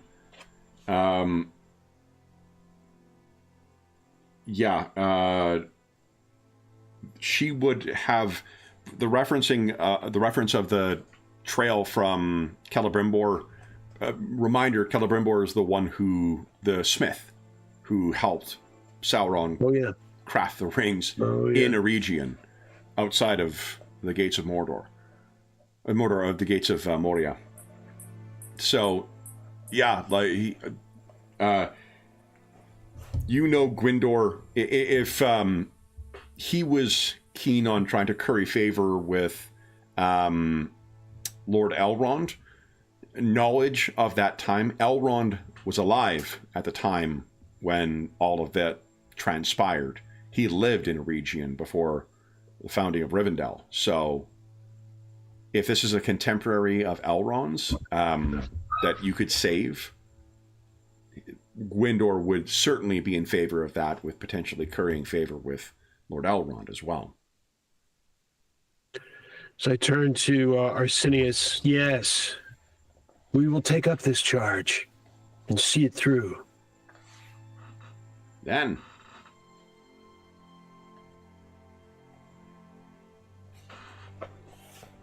you need find Medcate. The wise women there may be your means of finding this palace. But in doing so, you will be wearing the cloak of authority of the White Wizard. For you act in his name. So you guys can benefit from the patron benefit from Sauron. Saruman. Sorry, I'm fast forwarding about 35 years. Slip of the tongue right there. Tell you what. I did not mean Sodom. I meant Sodoma. So again, what your advantage with having Saruman as a patron is the voice of wisdom. You can spend... Oh, yeah, that's the other thing you can do, too, by the by. One of the ways to gain your hope back is to convert fellowship points into hope. Yep. You have 3 fellowship points. You can spend those to regain it. Your fellowship points... Ooh, I can't remember when those recharge. Let's quickly check that, because you guys could top up your hope before end of session. It's session. Yeah, I think it's session. The fellowship phase, eh? At the end? No, not the fellowship phase. Fellowship phase is like the downtime rules in this game. Okay. But the fellowship bonus or pool, fellowship pool, you have 3 fellowship because of the number of characters. Here we go. Fully refresh at the end of each game session. Oh. Weird that it's at the end. So if, for instance, you want to top up Amlaith's hope and Gwyndor's hope and leave nothing in the fellowship pool, start a next session, you'll have 3 fellowship. Yep. Cool. And okay. Those are 3 points for the group or per player? No, 3 points for the group. Yeah. Yeah. And then it's like fellowship can also be spent for the for that benefit. When you're like, for instance, if you had Saruman as a patron before, you could have just spent fellowship points to automatically gain successes in that council because you're calling in his name effectively.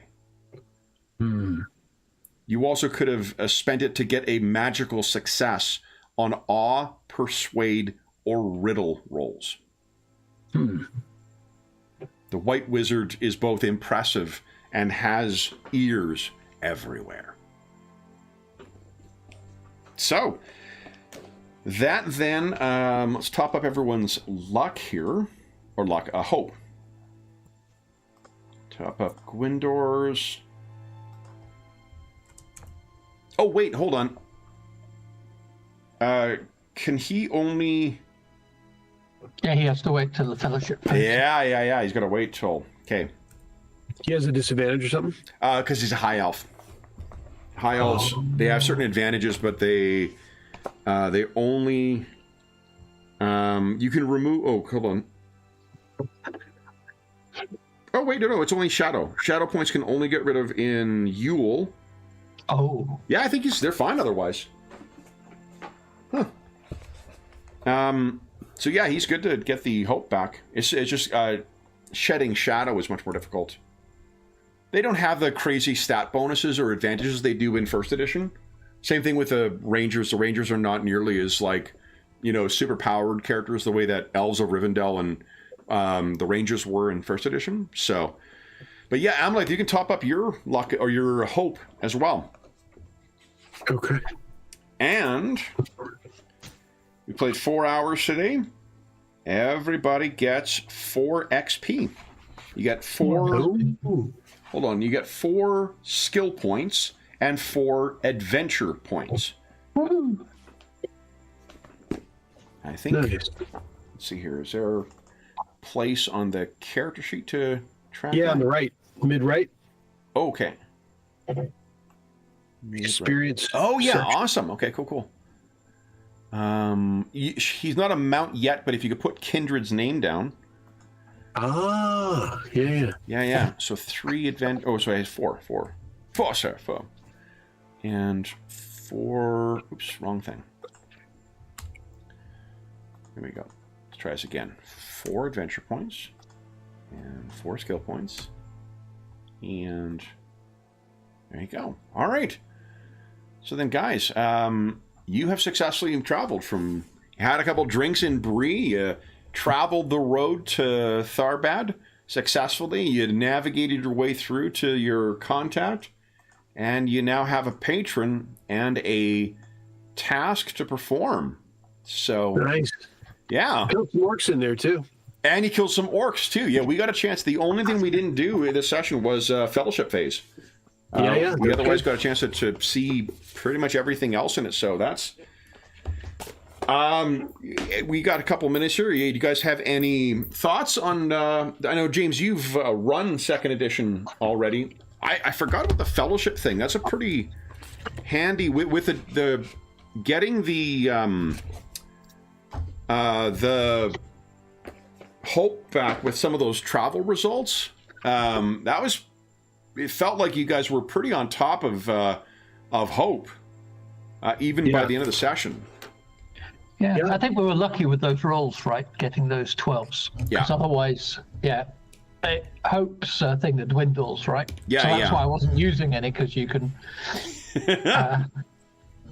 in a session, you can blow through your 12, but in the long run, that's going to bite you in the bum. Well, and that's the clawing them back is quite slow too, right? So if you had spent all those things, even with those, there would have been. It's a resource to pick your kind of battles for using it for sure. I don't know, guys. Like, I mean, as far as the like for playing it, just pick up and see where you guys want to go. That was very easy to run. I don't think we fucked up any rules majorly, except for that two-handed thing on heavy blows. Creating the characters was like, it took me less than an hour to get these 3 characters banged together and loaded into Roll20. Nice. It's fun. That's a good system. It's intriguing to me. And it's neat. The treasure thing was pretty fucking cool, and like that's I like that has a an added kind of like randomness to it. So like there's a benefit beyond just like, oh fuck me, I got a random encounter, just wasting my time and potentially resources. You're getting something out of it, and you could see how on a lucky roll you would find some magic item or something like that on it too. So there is a bit of a like opportunity, and the more challenging the thing is and the more significant the hoard, the better chance you have of finding something pretty badass as far as magic items are concerned. Yeah. Yep. It's cool. Yeah. Awesome. Good system. So then for those listening at home, thank you so much for joining us for our maiden voyage with the One Ring second edition. As is always the case, if you have any comments, questions, or concerns regarding the session, the campaign, or the game we're playing, please don't hesitate to leave a comment in the comment section down below, and I'll endeavor to reply in a timely fashion. There's also a link down below to the Dungeon Musings Discord server, where we have channels dedicated to, I don't know if we have one for the One Ring. I don't think we've run it often enough to have a channel for that, but we have an assorted games channel where we talk about a wide variety of games. We have channels dedicated to most of the campaigns we have on the channel, as well as most of the games we run on the channel, and things like Finding Group, GM discussion, virtual tabletop advice. There's a ton of great people over there who are knowledgeable and friendly and helpful, and you're more than welcome to join us over there. There's also a link down below to our friends at Noble Knight Games. Noble Knight Games is the preeminent unionized retailer of hard-to-find and out-of-print RPGs in North America. Not only do they have an incredible selection of new role-playing games, board games, and card games, they have an unmatched selection of hard-to-find and out-of-print RPGs. If they do not have something in stock in their extensive catalog, you can put it on a want list, and they'll send you an email when it comes in. And if you make a purchase of $10 or more through their website, be sure to enter the code MUSERFROST, all caps, all one word, and you'll save yourself 10% in your purchase. That's listed down below. That'll change in January 15, 2025. So if you're listening to this after that time, then head on over to or check out one of our more recent videos. We'll have what the updated discount code is listed there. There's also a link down below to something called Heroes Save Villages, which is the charity fundraising campaign we run on the channel. It benefits the SOS Children's Villages International Charity, an incredible organization active in over 130 countries, benefiting over 80,000 orphaned and abandoned children. You can learn all about what they do by following that link, and any donations through that link go directly to them.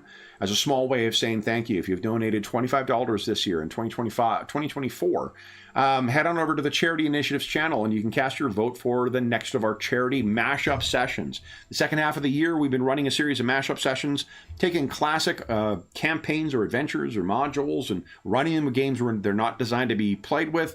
And we currently have the TSR Classic RPG selected to run a session inspired by the Rise of the Rune Lords campaign originally published for Pathfinder 1st Edition. We have one more session or mashup coming after that, which will be the Dracula dossier published for Night's Black Agents and written by the incredibly talented Kenneth Haidt.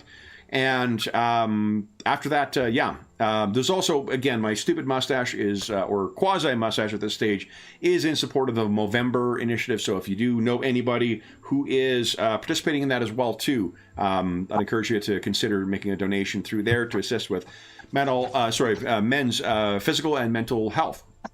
The last thing I would say is a huge thank you to our stalwart explorer. No, what do we call them in this game? Player heroes, I think. Adventurers, I think, right? I think they've got it. I think player heroes. Okay. I think they've got their chosen nomenclature for what player characters are. Player heroes. Yeah.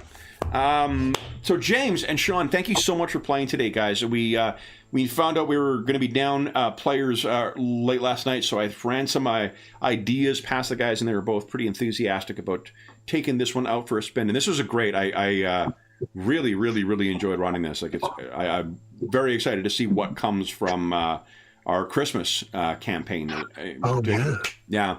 But for those listening at home, we'll be back in the Coronis Expanse in 2 weeks' time, and we'll be back in a region in a couple of weeks. Our Christmas campaign this year is intended to be played with the One Ring, so you'll see lots of more time with this game at the table near the end of the year. But until then, we hope that we gave you a few hours to take your mind off the troubles of our world and think about the troubles that our stalwart player heroes are exploring as they decide now hitch their wagon to a white wizard. What could possibly ever go wrong with that? And until we see you again, stay safe, stay healthy, and happy gaming.